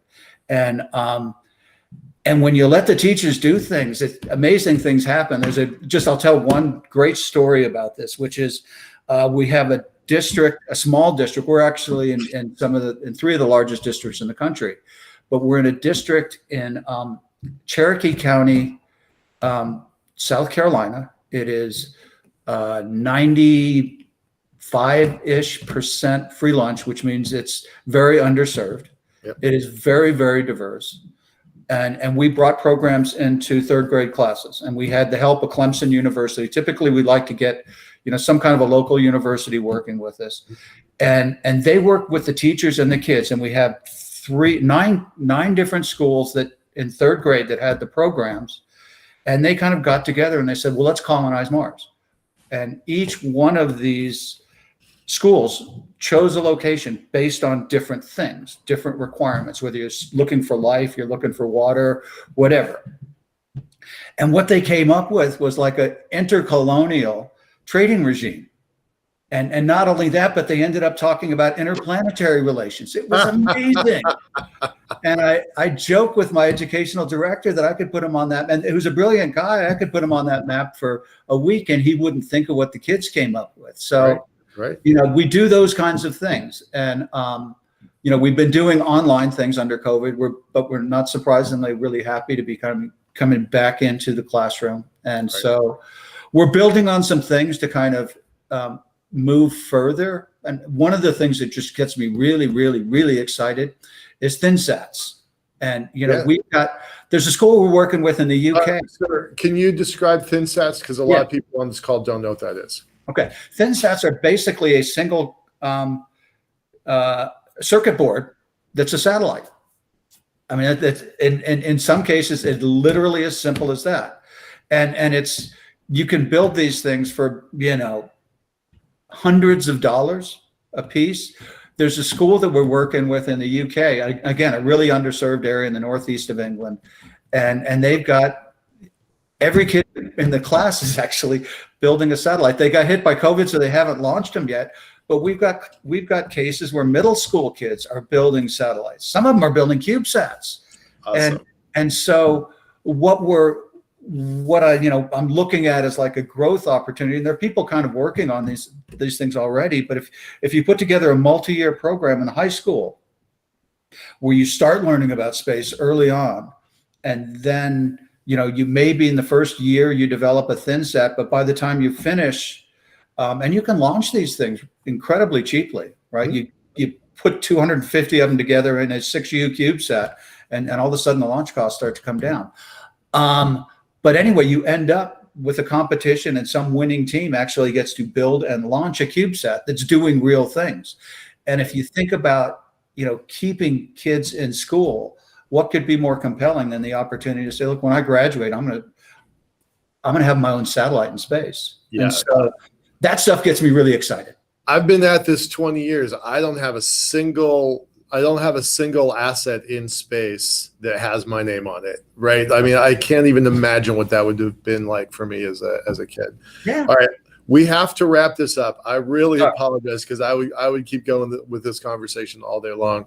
I'm going to turn it back over to Lee. We're going to keep that conversation going. Just so you know, in just this, 49 people on this call, you've got a sixth grade teacher who is teaching high capacity students, and you've got a professor from Cal Poly, and then you've got another nonprofit that's doing STEM education. So this topic wasn't what I had planned on talking about. We should probably bring it back just to do this one, but sure. Super glad that you're here for this. Thanks a lot. Thank you very much. It's a really, really interesting time in space. It is. Okay. Lee, over to you. Thanks a lot. Thank you, Michael and Andy. Bye. Dr. Roger Launius is principal at Launius Historical Services. A distinguished author on aerospace history, Dr. Launius recently penned Historical Analogs for the Stimulation of Space Commerce and Space Shuttle Legacy, How We Did It and What We Learned. He served as a consultant to the Columbia Accident Investigation Board and presented the prestigious Harmon Memorial Lecture on the history of national security space policy at the U.S. Air Force Academy.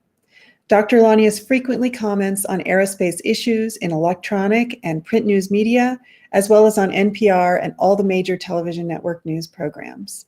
Dr. Launius, thank you for being here today. The screen is yours. Thank you. It's my pleasure to be here. I do have some slides which I will show you, assuming I can figure out how to do that. It's the bottom right-hand corner, says present now. I see it. And let's see if I can.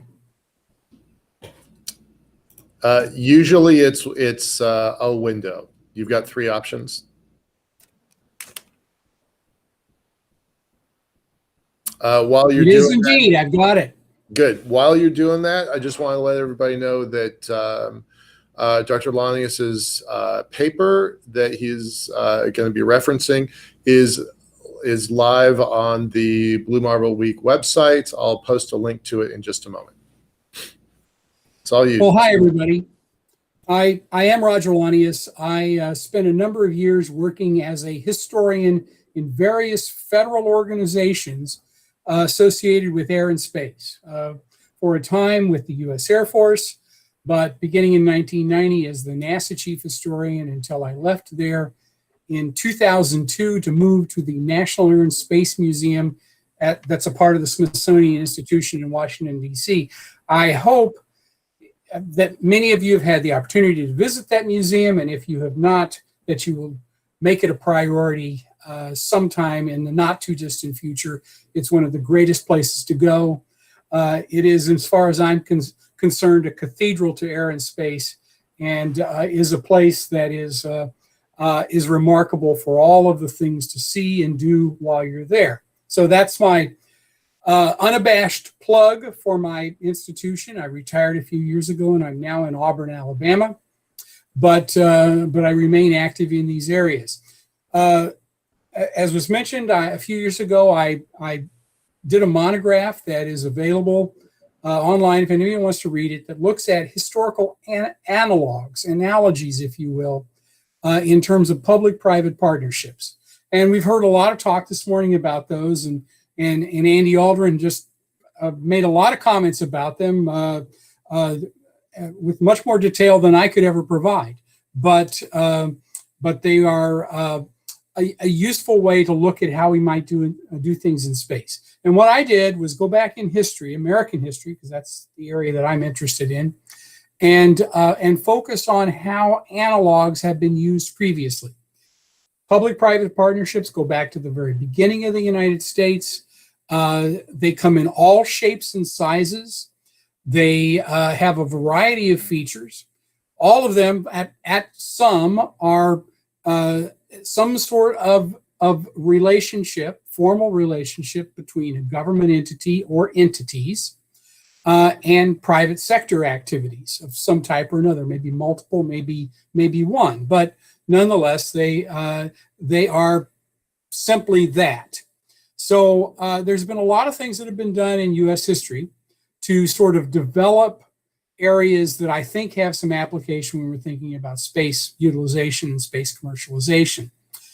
I looked at about a half a dozen different areas in this monograph. I'm only going to talk about 4 of them, and only briefly. But the first one, and one that people focus on almost immediately, is the railroads of the 19th century. So, the steam engine becomes a reality just before the turn of the 19th century. It is central to the development of the Industrial Revolution. And of course, it gets harnessed for transportation purposes, both on steamboats as well as railroads.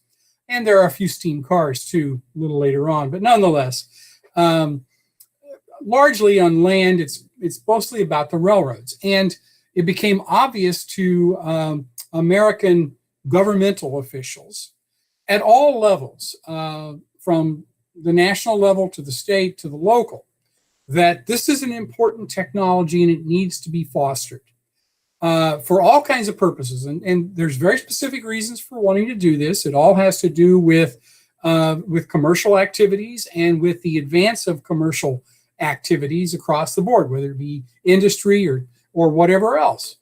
So the railroads could have taken a variety of forms, and they took almost every form you can imagine, depending upon the individual system. The first railroad built in the United States was 100% government activity, built in 1830 in South Carolina.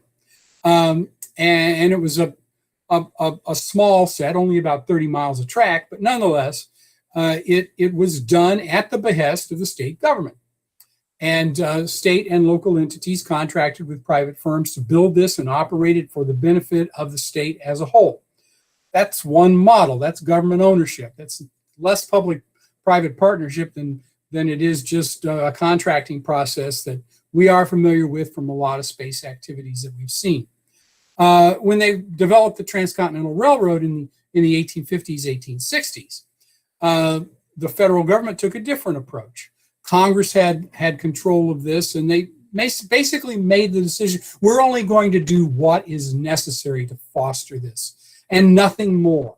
So the process was really about stimulating private sector investment to undertake these areas. One of the things that they had was a vast amount of public land owned in the American West. And so by granting land to these transcontinental railroad builders that they could then use for whatever purpose they chose, was a big stimulus to enable them to build the Transcontinental Railroad. The first one, the picture that you can see here, is at Promontory Point, Utah in 1869, where the Central Pacific and the Union Pacific railroads linked up sort of in the middle of the Great Basin to create the first transcontinental railroad in the U.S. It was a useful model. It worked very well. There has been a lot of public-private partnership since that time for the building and operation of railroads as well. Some of those public-private partnerships, I will just add before I move on to the next area, had to do with Native American entities on tribal lands in which the tribe itself was involved in the public-private partnership to stimulate, once again, transportation into and through their parts of the American West. That turned into a really interesting story in a lot of different ways, but it was a successful public-private partnership, and so was this other one about the Transcontinental Railroad. So a question to ask is, can we develop, say, and I'm focused here basically on the moon, a lunar transportation corridor that has public-private components to it? And the answer to that, of course, you can. The question, the next question is, what form does it take? And there is all kinds of possibilities. Can you entice angels to do things for you? Can the government provide grants? There's no land to grant, like was the case with the Transcontinental Railroad, but there may be other things, patents, other types of fees that might be turned into this guarantee of a certain level of support after the transportation corridor is created. Other things of value that might be granted to the entities that undertake these. And that may be as simple as things like spectrum that have to do with transportation or movement of data and voice to various places in this transportation corridor. There's a variety of possibilities, but the jury is out on how you might do this. Some of you may have thought through this in great detail and come up with good plans, and I would defer to you on those issues, but that is one way to approach it. The second area that I love to talk about is the commercial aviation industry and the larger sort of space transportation industry. So in 1903, the Wright brothers flew the first airplane in Kitty Hawk. You can see the picture here, one of the most famous images taken in the 20th century. And clearly, it was known immediately that this was going to be a major activity that would be engaged in by a variety of entities. And the government had a specific interest in this, largely for military purposes initially, but also for other kinds of purposes. And very early on, the U.S. Postal Service said, we have constantly been trying to figure out how we can speed the delivery of mail. And especially from the eastern part of the United States to the western part of the United States. And they weren't interested in letters that were being sent from a family member in San Francisco to a family member in New York, as much as they were the banking industry and the transportation of information that was necessary for commercial purposes. And every hour that you can cut in terms of that delivery system is money to be made. And so the Postal Service sponsored very early on, from the beginning of World War I, really efforts to advance mail delivery by airplanes. And initially, those were 100% government owned and operated. The airplanes, the pilots were government employees. The system that was put in place to do the transportation, the airports were government entities. Did it have to be that way? It didn't.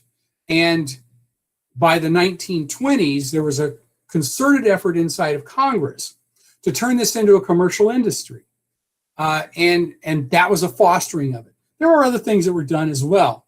But some of them had to do with national security, obviously. Some of them had to do with economic competitiveness. Some of them were just about pride and prestige, because obviously, if you can fly transcontinental without stopping, for instance, that's a big deal. If you can fly across the Atlantic, that's a big deal. And there was a lot of support for that. And of course, we all know the story of Charles Lindbergh in 1927, who flew the transatlantic flight without stopping between the United States and France.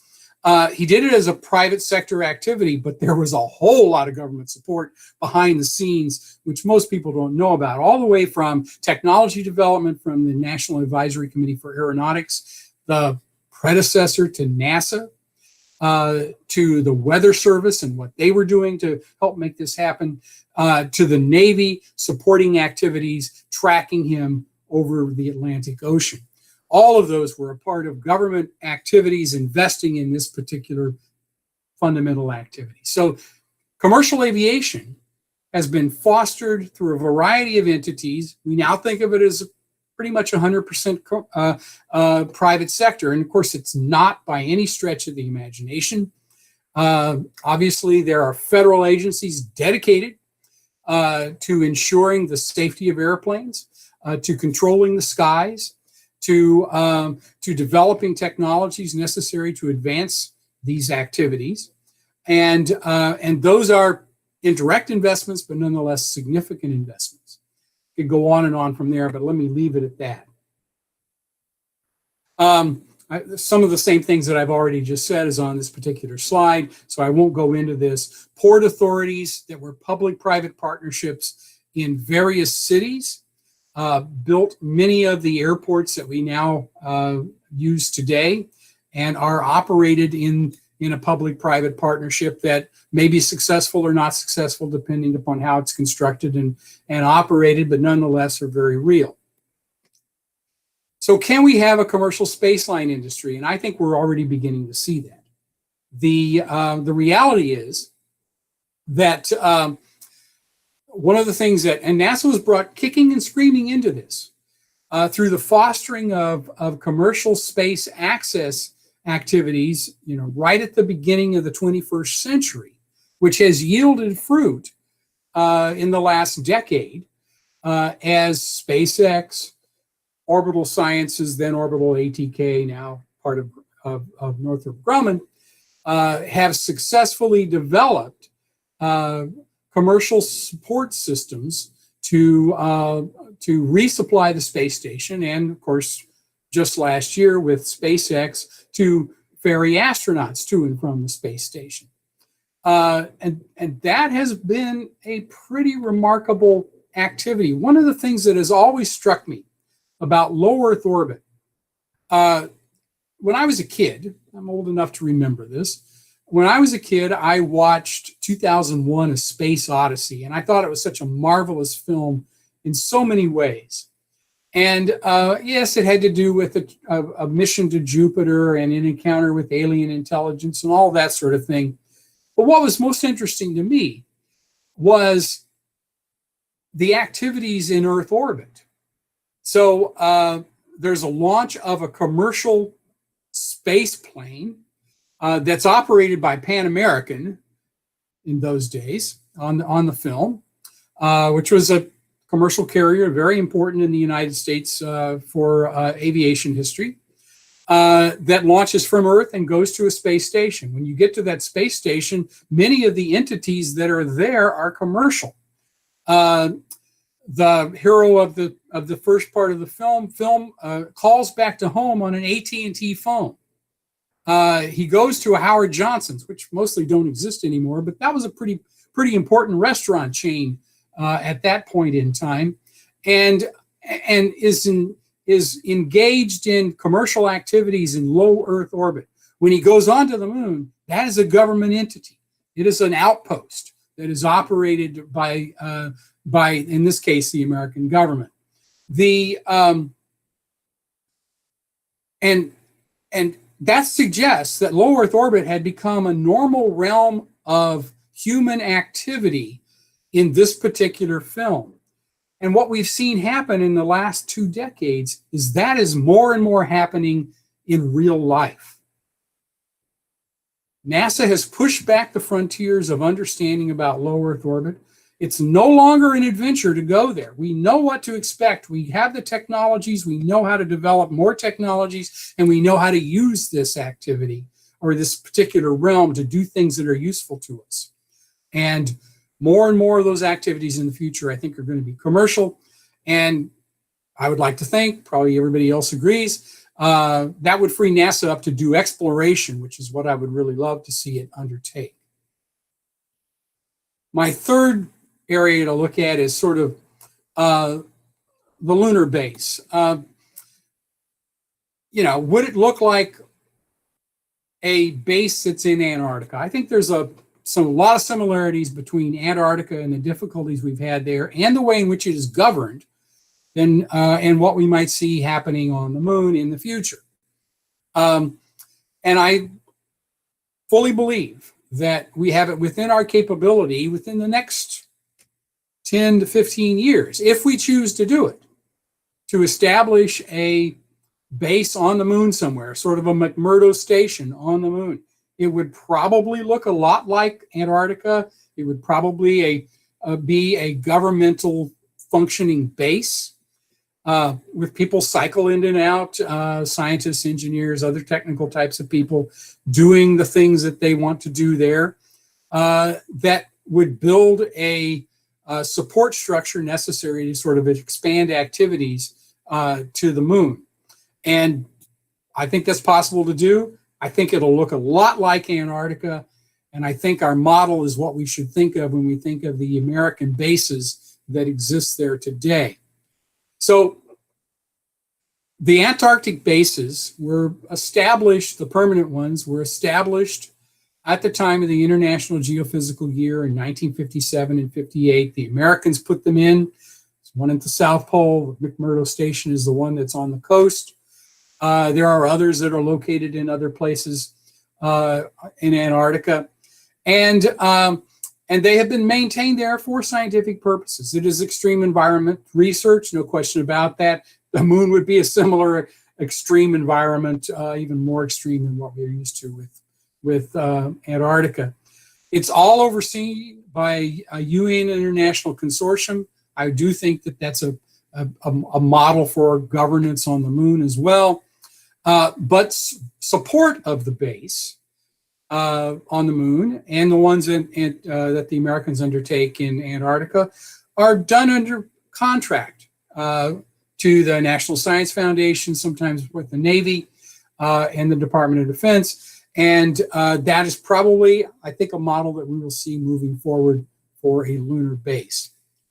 So is there a McMurdo station on the moon in the offing? What I did was work with the railroads to develop transportation systems into the park boundaries, and later on highway systems to do that, so that you could actually get there, because ease of movement is a key feature of tourism.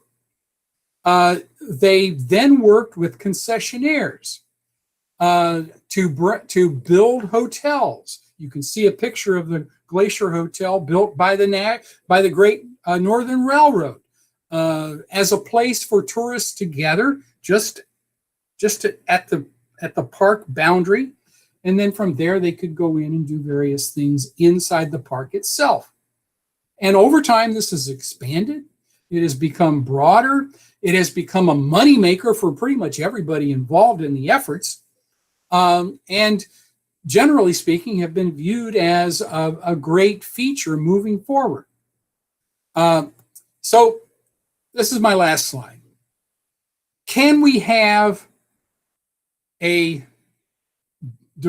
set of public-private partnerships, and how might they be structured to advance activities going to the moon? We could talk about Mars, we could talk about other things, but I think the moon is the one target personally I'm most interested in, but more important than that, is one that's reachable and doable in a lot of different ways. So with that, let me end my comments. I will take any questions anybody wants to provide, or if you want to take exception to anything I have to say, I'm happy to debate that too. So let me stop the screen sharing and bring my smiling face back up. Okay. Roger, thank you. Thank you so much for summarizing your book. There are some key points in your book. Really appreciate it, and very germane to the discussion we're having here. In your book, you talk about the uses and abuses of analogies in this type of approach. And I'd be curious, you've given some great examples. Can you pick 3 key aspects that should be included in any public-private partnership design that would be appropriate for space? Well, obviously there needs to be a meaningful role for the private sector. There certainly needs to be a meaningful role for the government, and it has to be advantageous to both, or you don't have an agreement. And a core question is, what is advantageous at any point in time? And then I guess the second piece is the intention would be that these would be long-standing. That they may be subject to renewal and modification, but once you strike a deal, you would like to have that deal sort of be in place to carry out the activities. And if you're talking about something like a lunar base, well, that's something that you're going to establish, build on, modify, extend, do all of those sorts of things, but not end. And in that sense, keeping it together over a long period of time. This is where the story of the International Space Station, I think, is remarkable, because how the partners have kept that together. I mean, we're not worthy, quite frankly. It is a truly remarkable story, and in spite of all the machinations and all the difficulties that have that the partners have had, and they've had knockdown, dragouts. There have been events on the station where there's been sort of confrontation. Yeah. And not armed confrontation or anything like that, but nonetheless, arguments about how they were going to conduct business. But they've been able to work through all of that. And, some of the toughest problems have been with the Americans and the Russians. And at the time that the Crimea issue arose a few years ago, the head of the Russian Space Agency, at that point, NASA was relying upon them and Soyuz capsules to get astronauts to the space station. He sort of made a comment, probably flippantly, but there was a bit of a threat there that was, well, if you guys don't like what's going on, maybe you should just use a trampoline to get to the ISS. And it's a funny statement. He probably wasn't serious, but we sort of have to pause and think about that. What if they had canceled the agreements? My goodness, what would have happened? If we couldn't resupply the station, if we couldn't bring astronauts up and down, we just have to abandon the thing and leave it to somebody else. Could have been serious. Anyway. You talked about the airline industry and its roots and the prestige and pride piece of it, how that was an important driver of getting the political will behind a public-private partnership. Do you think in today's environment, we have, I think, 11 senators and maybe 35 congressmen interested in our bill. Do you think that the political will is there, or that we will wait again until we're behind before we'll really be able to get something like this in place? Well, I'd like to think we'll be proactive, but I'm not sanguine that we will be. Yeah. The reality is everybody knows the story of the tortoise and the hare. Well, America has always been the hare. When things are going well for us, we sort of rest on our laurels and we don't think too much about it. When there's a crisis, whatever that crisis might be, we step up and we show the innovation that is so much a part of our culture, and we make decisions and we make sacrifices and we accomplish what we need to accomplish. But as soon as we're sort of back in the we sort of then get fat, dumb, and happy and sit here and not worry about it too much. So I don't know. I mean, what you did. The airline industry is a great story in a lot of ways. I mean, we invented the airplane, so take some pride in that. But by 1910, the technology advance had moved to Europe, and we're still flying not much beyond the Wright Flyer here, and they're flying airplanes that can go quite a bit faster, quite a bit higher, quite a bit farther, and have more maneuverability, and you can do all these other things. We can do any of that. And it became obvious by World War I, by 1914, that the world had passed us by, and we had to do something about that. The NACA, NASA's predecessor, the National Advisory Committee for Aeronautics, was established in 1915, and there's no accident. It's because of what we saw happening in Europe. We have got to catch up. And the way to do that is to create a research institution that will advance the technology that we need for flight. And we're willing to spend whatever it takes to do that. Now, the reality was that investment was not that great, but it had profound impact and really changed the nature of things. After the war, we sort of went back to our old ways, and it took another big jolt to change that. In the 1930s, there is a great story, and you stop me when I bore you because I can do this all day. That's why we have you here. There's a great story in 1936 in which the heads of several entities associated with aviation in the United States, especially the NACA leadership, went to Germany to at the invitation of the German government to visit their aircraft activities to see what they were doing.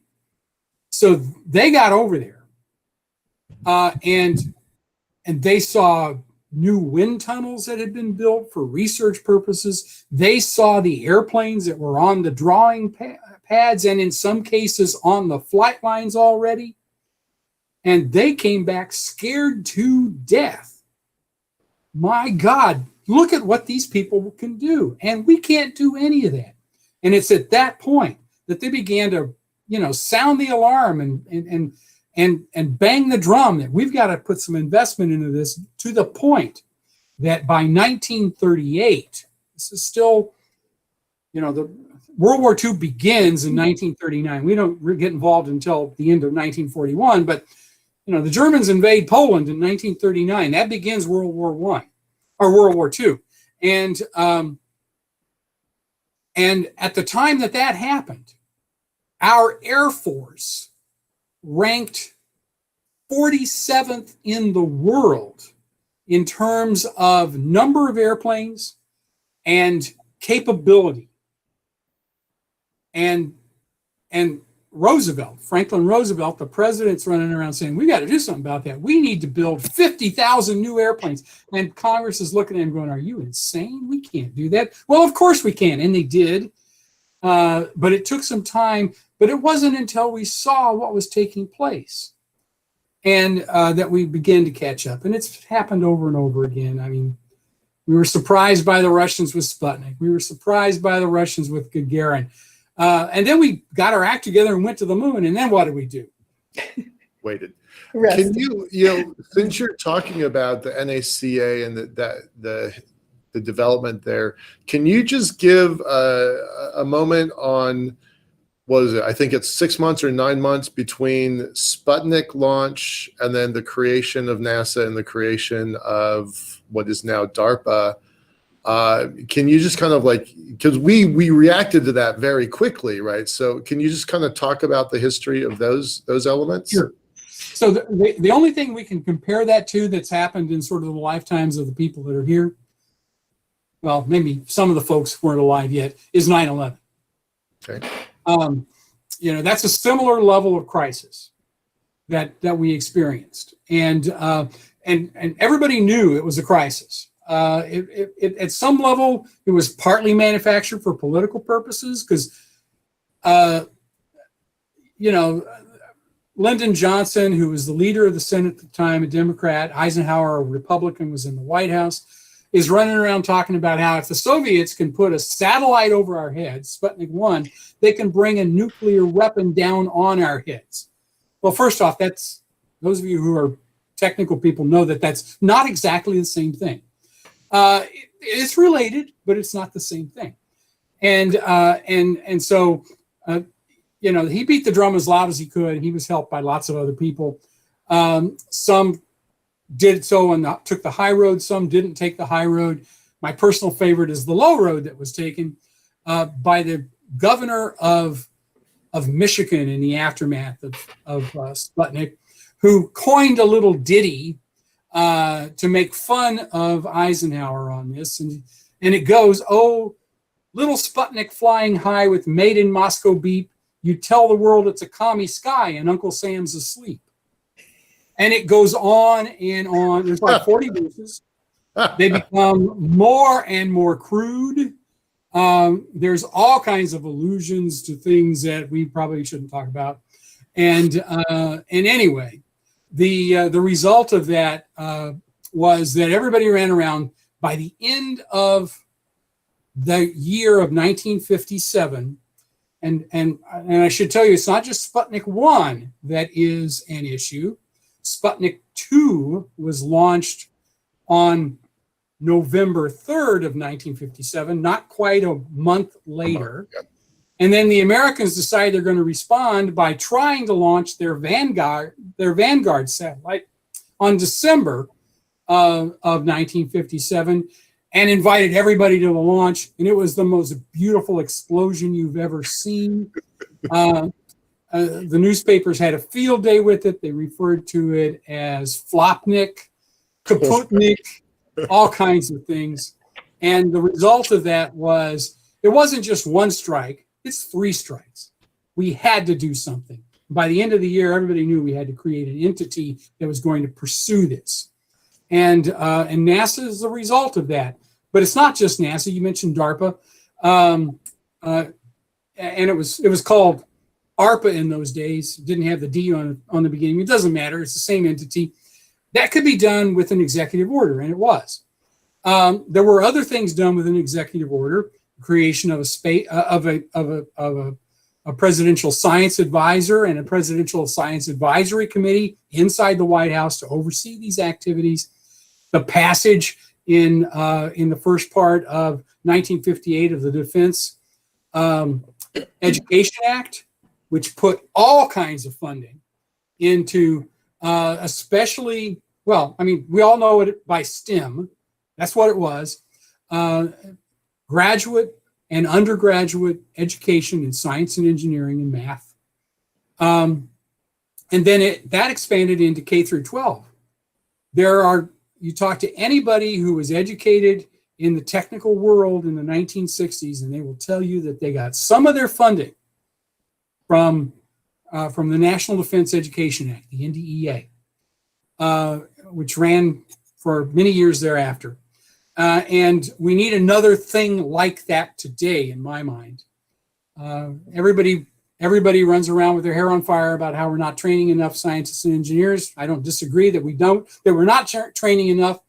But if you see a problem, how do you solve it? And the answer to that is train more. And the way to do that is put money into it. That's great. You're talking about training STEM professionals. There's also been a history of engaging, in some of the stories, engaging unexpected workforce sources. The building of those planes included women for one of the first professions women could come into.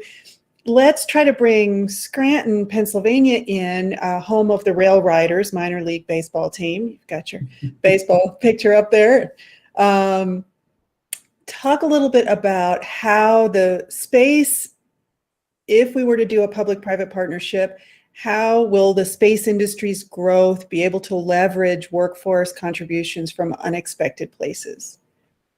Yeah, one of the things that is remarkable about, and we're talking about building hardware here, is that, there's obviously people who are employed by the corporations who are the prime contractors on whatever, building a rocket or something. They work for SpaceX or Boeing or whoever it happens to be. And that's one community. And those human resources people at those corporations understand exactly the type of skill sets that they need to do that work. And so I'll defer to them. But there's all these suppliers of everything you can imagine. Everything from the bolts that you use to put together two pieces of metal that are going to go into a rocket in some particular way. And that company may be far, far removed from what they think of as the space industry. And so if you've got somebody who's manufacturing nuts and bolts for some sort of construction project here, they need to make nuts and bolts to a higher specification, probably with different materials for space activities. And how do you talk to those corporations about the kinds of needs that they have? Because they probably won't do much until they actually have a contract. And maybe they should be a little more proactive. Can you make them more so? And then, of course, I'm a historian, so let me just speak to those areas, the social sciences. And I never could handle the math. I've told people this over the years. If I could have handled the math, I would have been one of you all. But I found a different path, and those paths are real. So what are the things that are needed along those areas? I'll draw from my own experience. When I was in graduate school, and I heard somebody mention they went to LSU. So did I. That's where I got my PhD. And I worked for a company that did offshore survey operations in the Gulf of Mexico as a radio operator. I'm oil and gas. Yeah. Okay. You probably know the company. But anyway, I won't embarrass them by having me as an employee at one point. But anyway, I was a radio operator. And one of the things they asked me, and mostly that's a lot of sitting and waiting. When communications come in, that's fine, but when they don't, you're just sort of sitting there at the radio. And so I was bored, and I could do some study there, and that was great. But then I started looking at technical reports. And for every pipeline that they surveyed, the underwater pipeline, they had to write reports. And those reports were, it was like stereo instructions. You could not understand them. And I'm not just talking about the equations and things like that, which obviously they need to do all that, but just basic communication skills. So every company needs that capability. That's me. That's what I do. And the English literature major, and whoever else there is that's in the softer areas in social sciences, they can do that kind of work. And good Lord, I know we need them, having read enough of these reports. Great answer. I want to call attention to a question that was in the chat that's so good I wish I'd come up with it. It is that you've come up with largely positive examples of frameworks in the past of public-private partnerships that have worked really well. Are there any examples of failures, dramatic failures, that you can share with us as caveats? Oh, sure. There's tons of them, and I talk about them in the monograph a bit in some areas. The railroads. That's a very broad area. There's lots of railroads built. I focused on the Transcontinental Railroad, but there's lots of others. Some of which absolutely fundamentally just utterly failed, and some of it was just stupidity. Some of it was overreach. Some of it was undercapitalization. Some of it was a failure to sort of understanding the problem per se and focusing on that. Some of it was, and mostly I have to admit that it's sort of on the government side, the government just sort of gets bored and backs out, leaving everybody high and dry. And somebody who's got a railroad, by the way, railroad's no good unless it actually goes to where it's supposed to go. So you get one half built and then you cut the funding, sort of presents a problem, and everybody loses their shirt. That's just one example. I'll give you one that's more specific to space. In 1994, NASA created a public-private partnership with Lockheed to develop and build the X-33, which was intended at the time as a technology demonstrator that would lead to a private sector space plane called VentureStar. And NASA thought they could do this for a song, but they did promise $1.5 billion, which is chicken feed. You want to build a space plane that can go to and from Earth orbit? Doesn't have stages and all the other stuff? I mean, come on. And especially in 1994, 95. Lockheed agreed to put in about $1 billion as well. That was the official things. Of course, probably they both put in more, but not enough more. They ran into technological problems over composite tanks, over the thermal protection system. There were obviously other problems, but those are the two biggies that everybody talked about at the time. And NASA got cold feet. The question that everybody, when they pulled the plug, I think it was 2001, on this particular project, they had invested all of that money. It was sunk cost. And the question I asked at the time, without ever getting a good answer, maybe somebody knows the answer, is what would it have taken to solve the technical problems? I mean, obviously, if you're throwing good money after bad, that's you want to cut your losses. But could you solve that composite tank problem for another 100 million, 200 million, 300 million? If you can, is it worth it? And clearly, NASA decided it was not. But in talking to people working in the program, what they fundamentally didn't want to do is have to go to Congress and explain themselves. And it would be an embarrassment. So they cut the program. I still think it's a mistake. That project, the technologies out of it found their way into other projects down the road and have been quite useful in a lot of ways. But they never built the X-33. Yeah, wonderful examples. Thank you so much.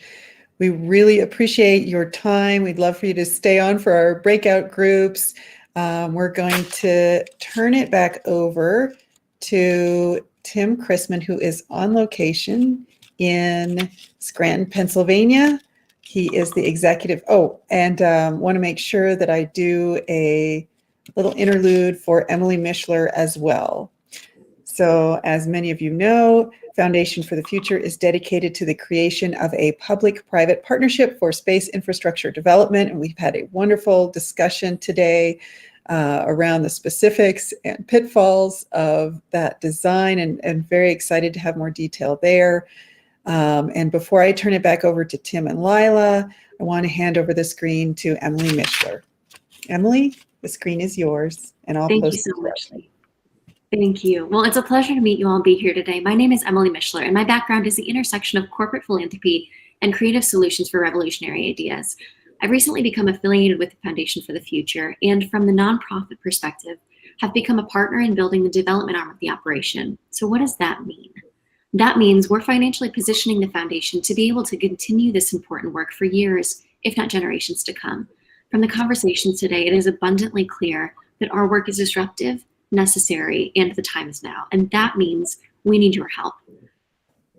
I've been both incredibly impressed with the comprehensive vision, expertise, dedication, and momentum of the speakers today, and the vision of the Foundation for the Future, the powering force behind Conversations for the Future.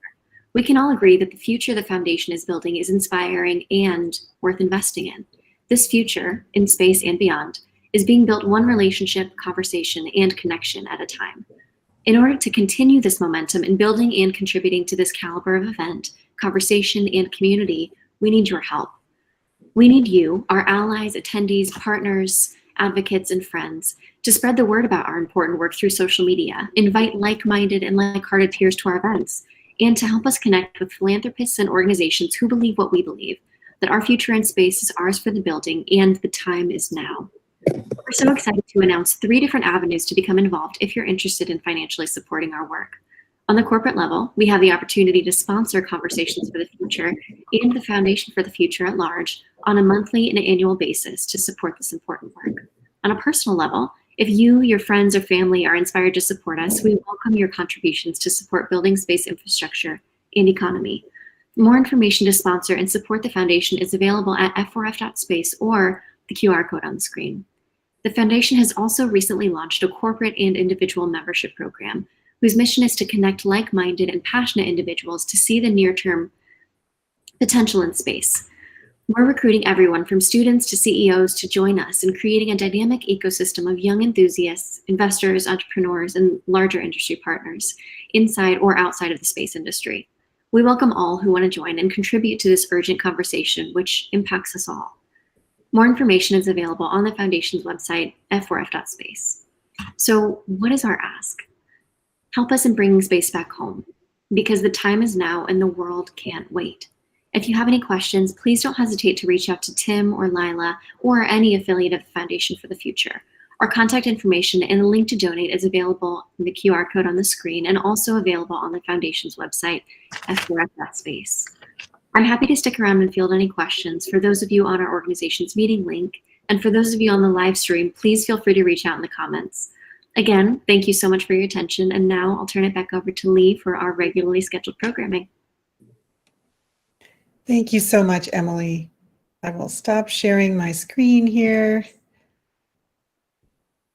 and introduce Tim again from this morning. Tim Chrisman is a former CIA intelligence officer who supported the National Space Council.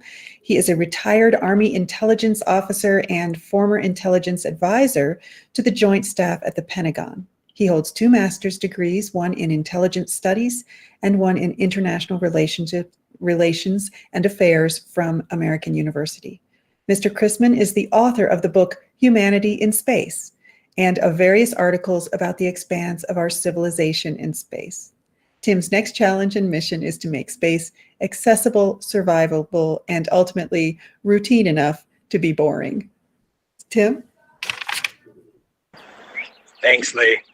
I'm right outside a loading and transshipment facility, so if it gets loud, I'm not going to apologize because I'm on location, and on-location reporters never apologize.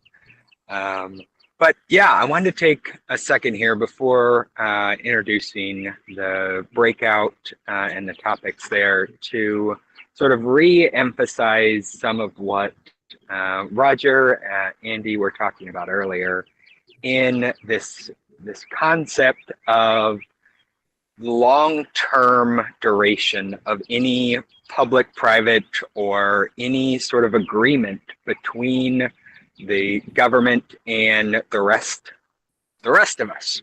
That has long been one of the single largest hurdles for the space economy, is this sort of year-to-year commitment where nobody is able to predict with any sort of certainty how long something will last, or when it's going to suddenly have its plug pulled. Roger mentioned the X-33 program. I've been involved with a handful of different X programs as they've gone through prototyping, and it really is surprising sometimes to see which ones make it, which ones don't. We see SLS, the Space Launch System, still in development after 20 years. and it costs well more than the X-33, but it continues. And so there's an urgency within the industry to provide the long-term certainty around projects and not let them be subject to the whims of whether it's the political cycle or other administrations. But before we close out not only this event, but also transition to our breakouts, yesterday we talked about what kind of workforce could and should Scranton provide to the space economy? How could that look? What sort of retraining, reskilling, recertification programs could be done? I took a number of the suggestions, met with Katie, the president of Johnson College, earlier today. First in-person meeting since the pandemic started. This is weird. But was meeting with her and got to use a lot of the suggestions and ideas that were talked about yesterday as part of the breakout. Her school, largely a 1- and 2-year certification program with automotive focus, some manufacturing and industrial design, and they want to stand up a aviation certification program for mechanics and manufacturing technicians. And I was talking with her about how in many cases, a lot of what is being done there is identical to what would be needed for manufacturing a satellite, a rocket, or some other component for the space economy. The tolerances are going to be different. It's going to be a different wrench. But as any mechanic or craftsman will tell you, you give them the right tools and they'll figure it out. And that's the beautiful thing about a lot of those trade and professional education schools is it requires much less to certify and reskill a worker like that than it does to fit out a physics lab, a chemistry curriculum. And that's nothing against STEM. That is just, we can do a lot in this underserved niche. And so as we go into today's breakout to talk about what would the impact of the space workforce we talked about yesterday, the space economy in Scranton, what would the economic impact be to towns like that? 100,000 people, relatively well-educated, relatively skilled, but otherwise left out of the broader conversation of the space economy. What happens to them? How dramatic is their life change? Lila?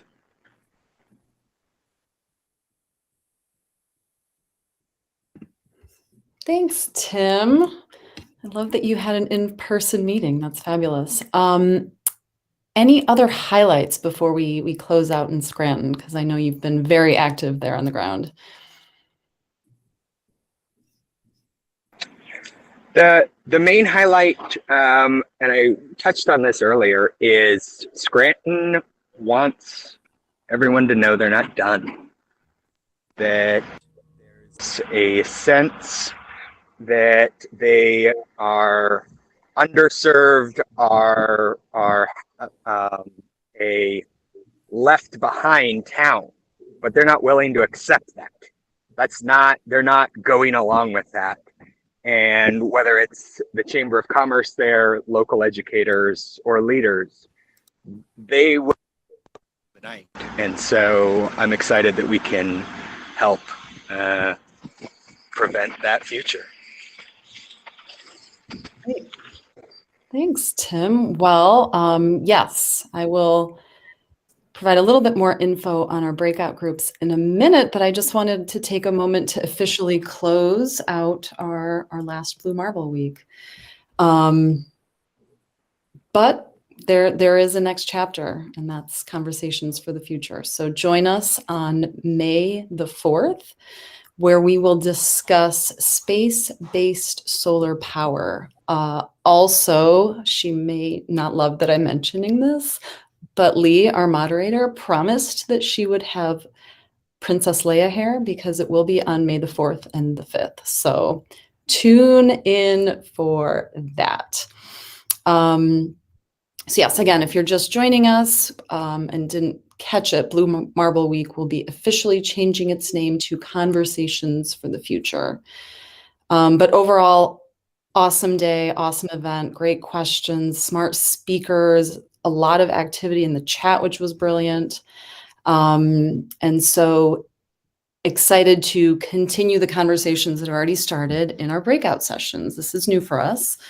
But we really wanted to provide a designated opportunity for these conversations between all of us. And I think we all know there are both expert speakers in this room, but there are also a lot of expert attendees and even just enthusiasts. Well, not just, I should not use the word just, but I think our big message is space is for everyone. So we want this to be a welcoming event for everybody, not just this industry, not just our community, but any industry, any community. So all are welcome. And so as we go into our breakouts, we can start thinking about the question, how could a space-ready workforce in Scranton, Pennsylvania impact the local economy? Yesterday, we talked about preparing the space-ready workforce. What is that going to take? But what's going to be the next step there?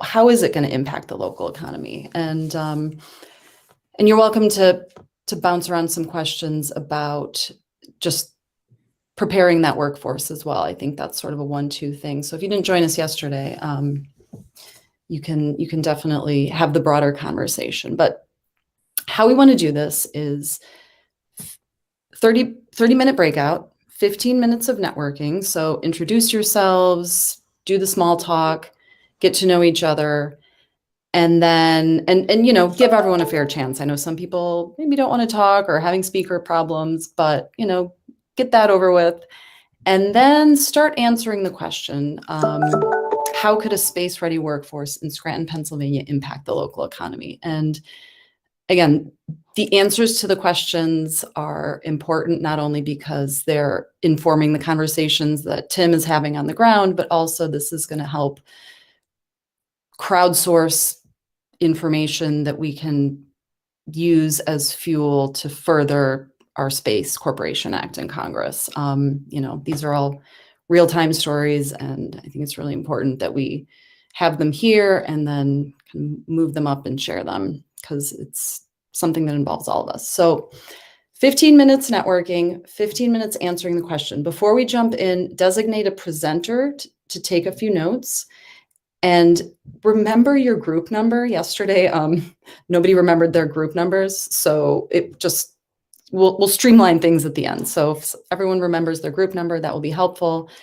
And yeah, with that, we'll move on. But wait, before we do that, we will have a networking happy hour afterwards, so we can hang out as long as we want.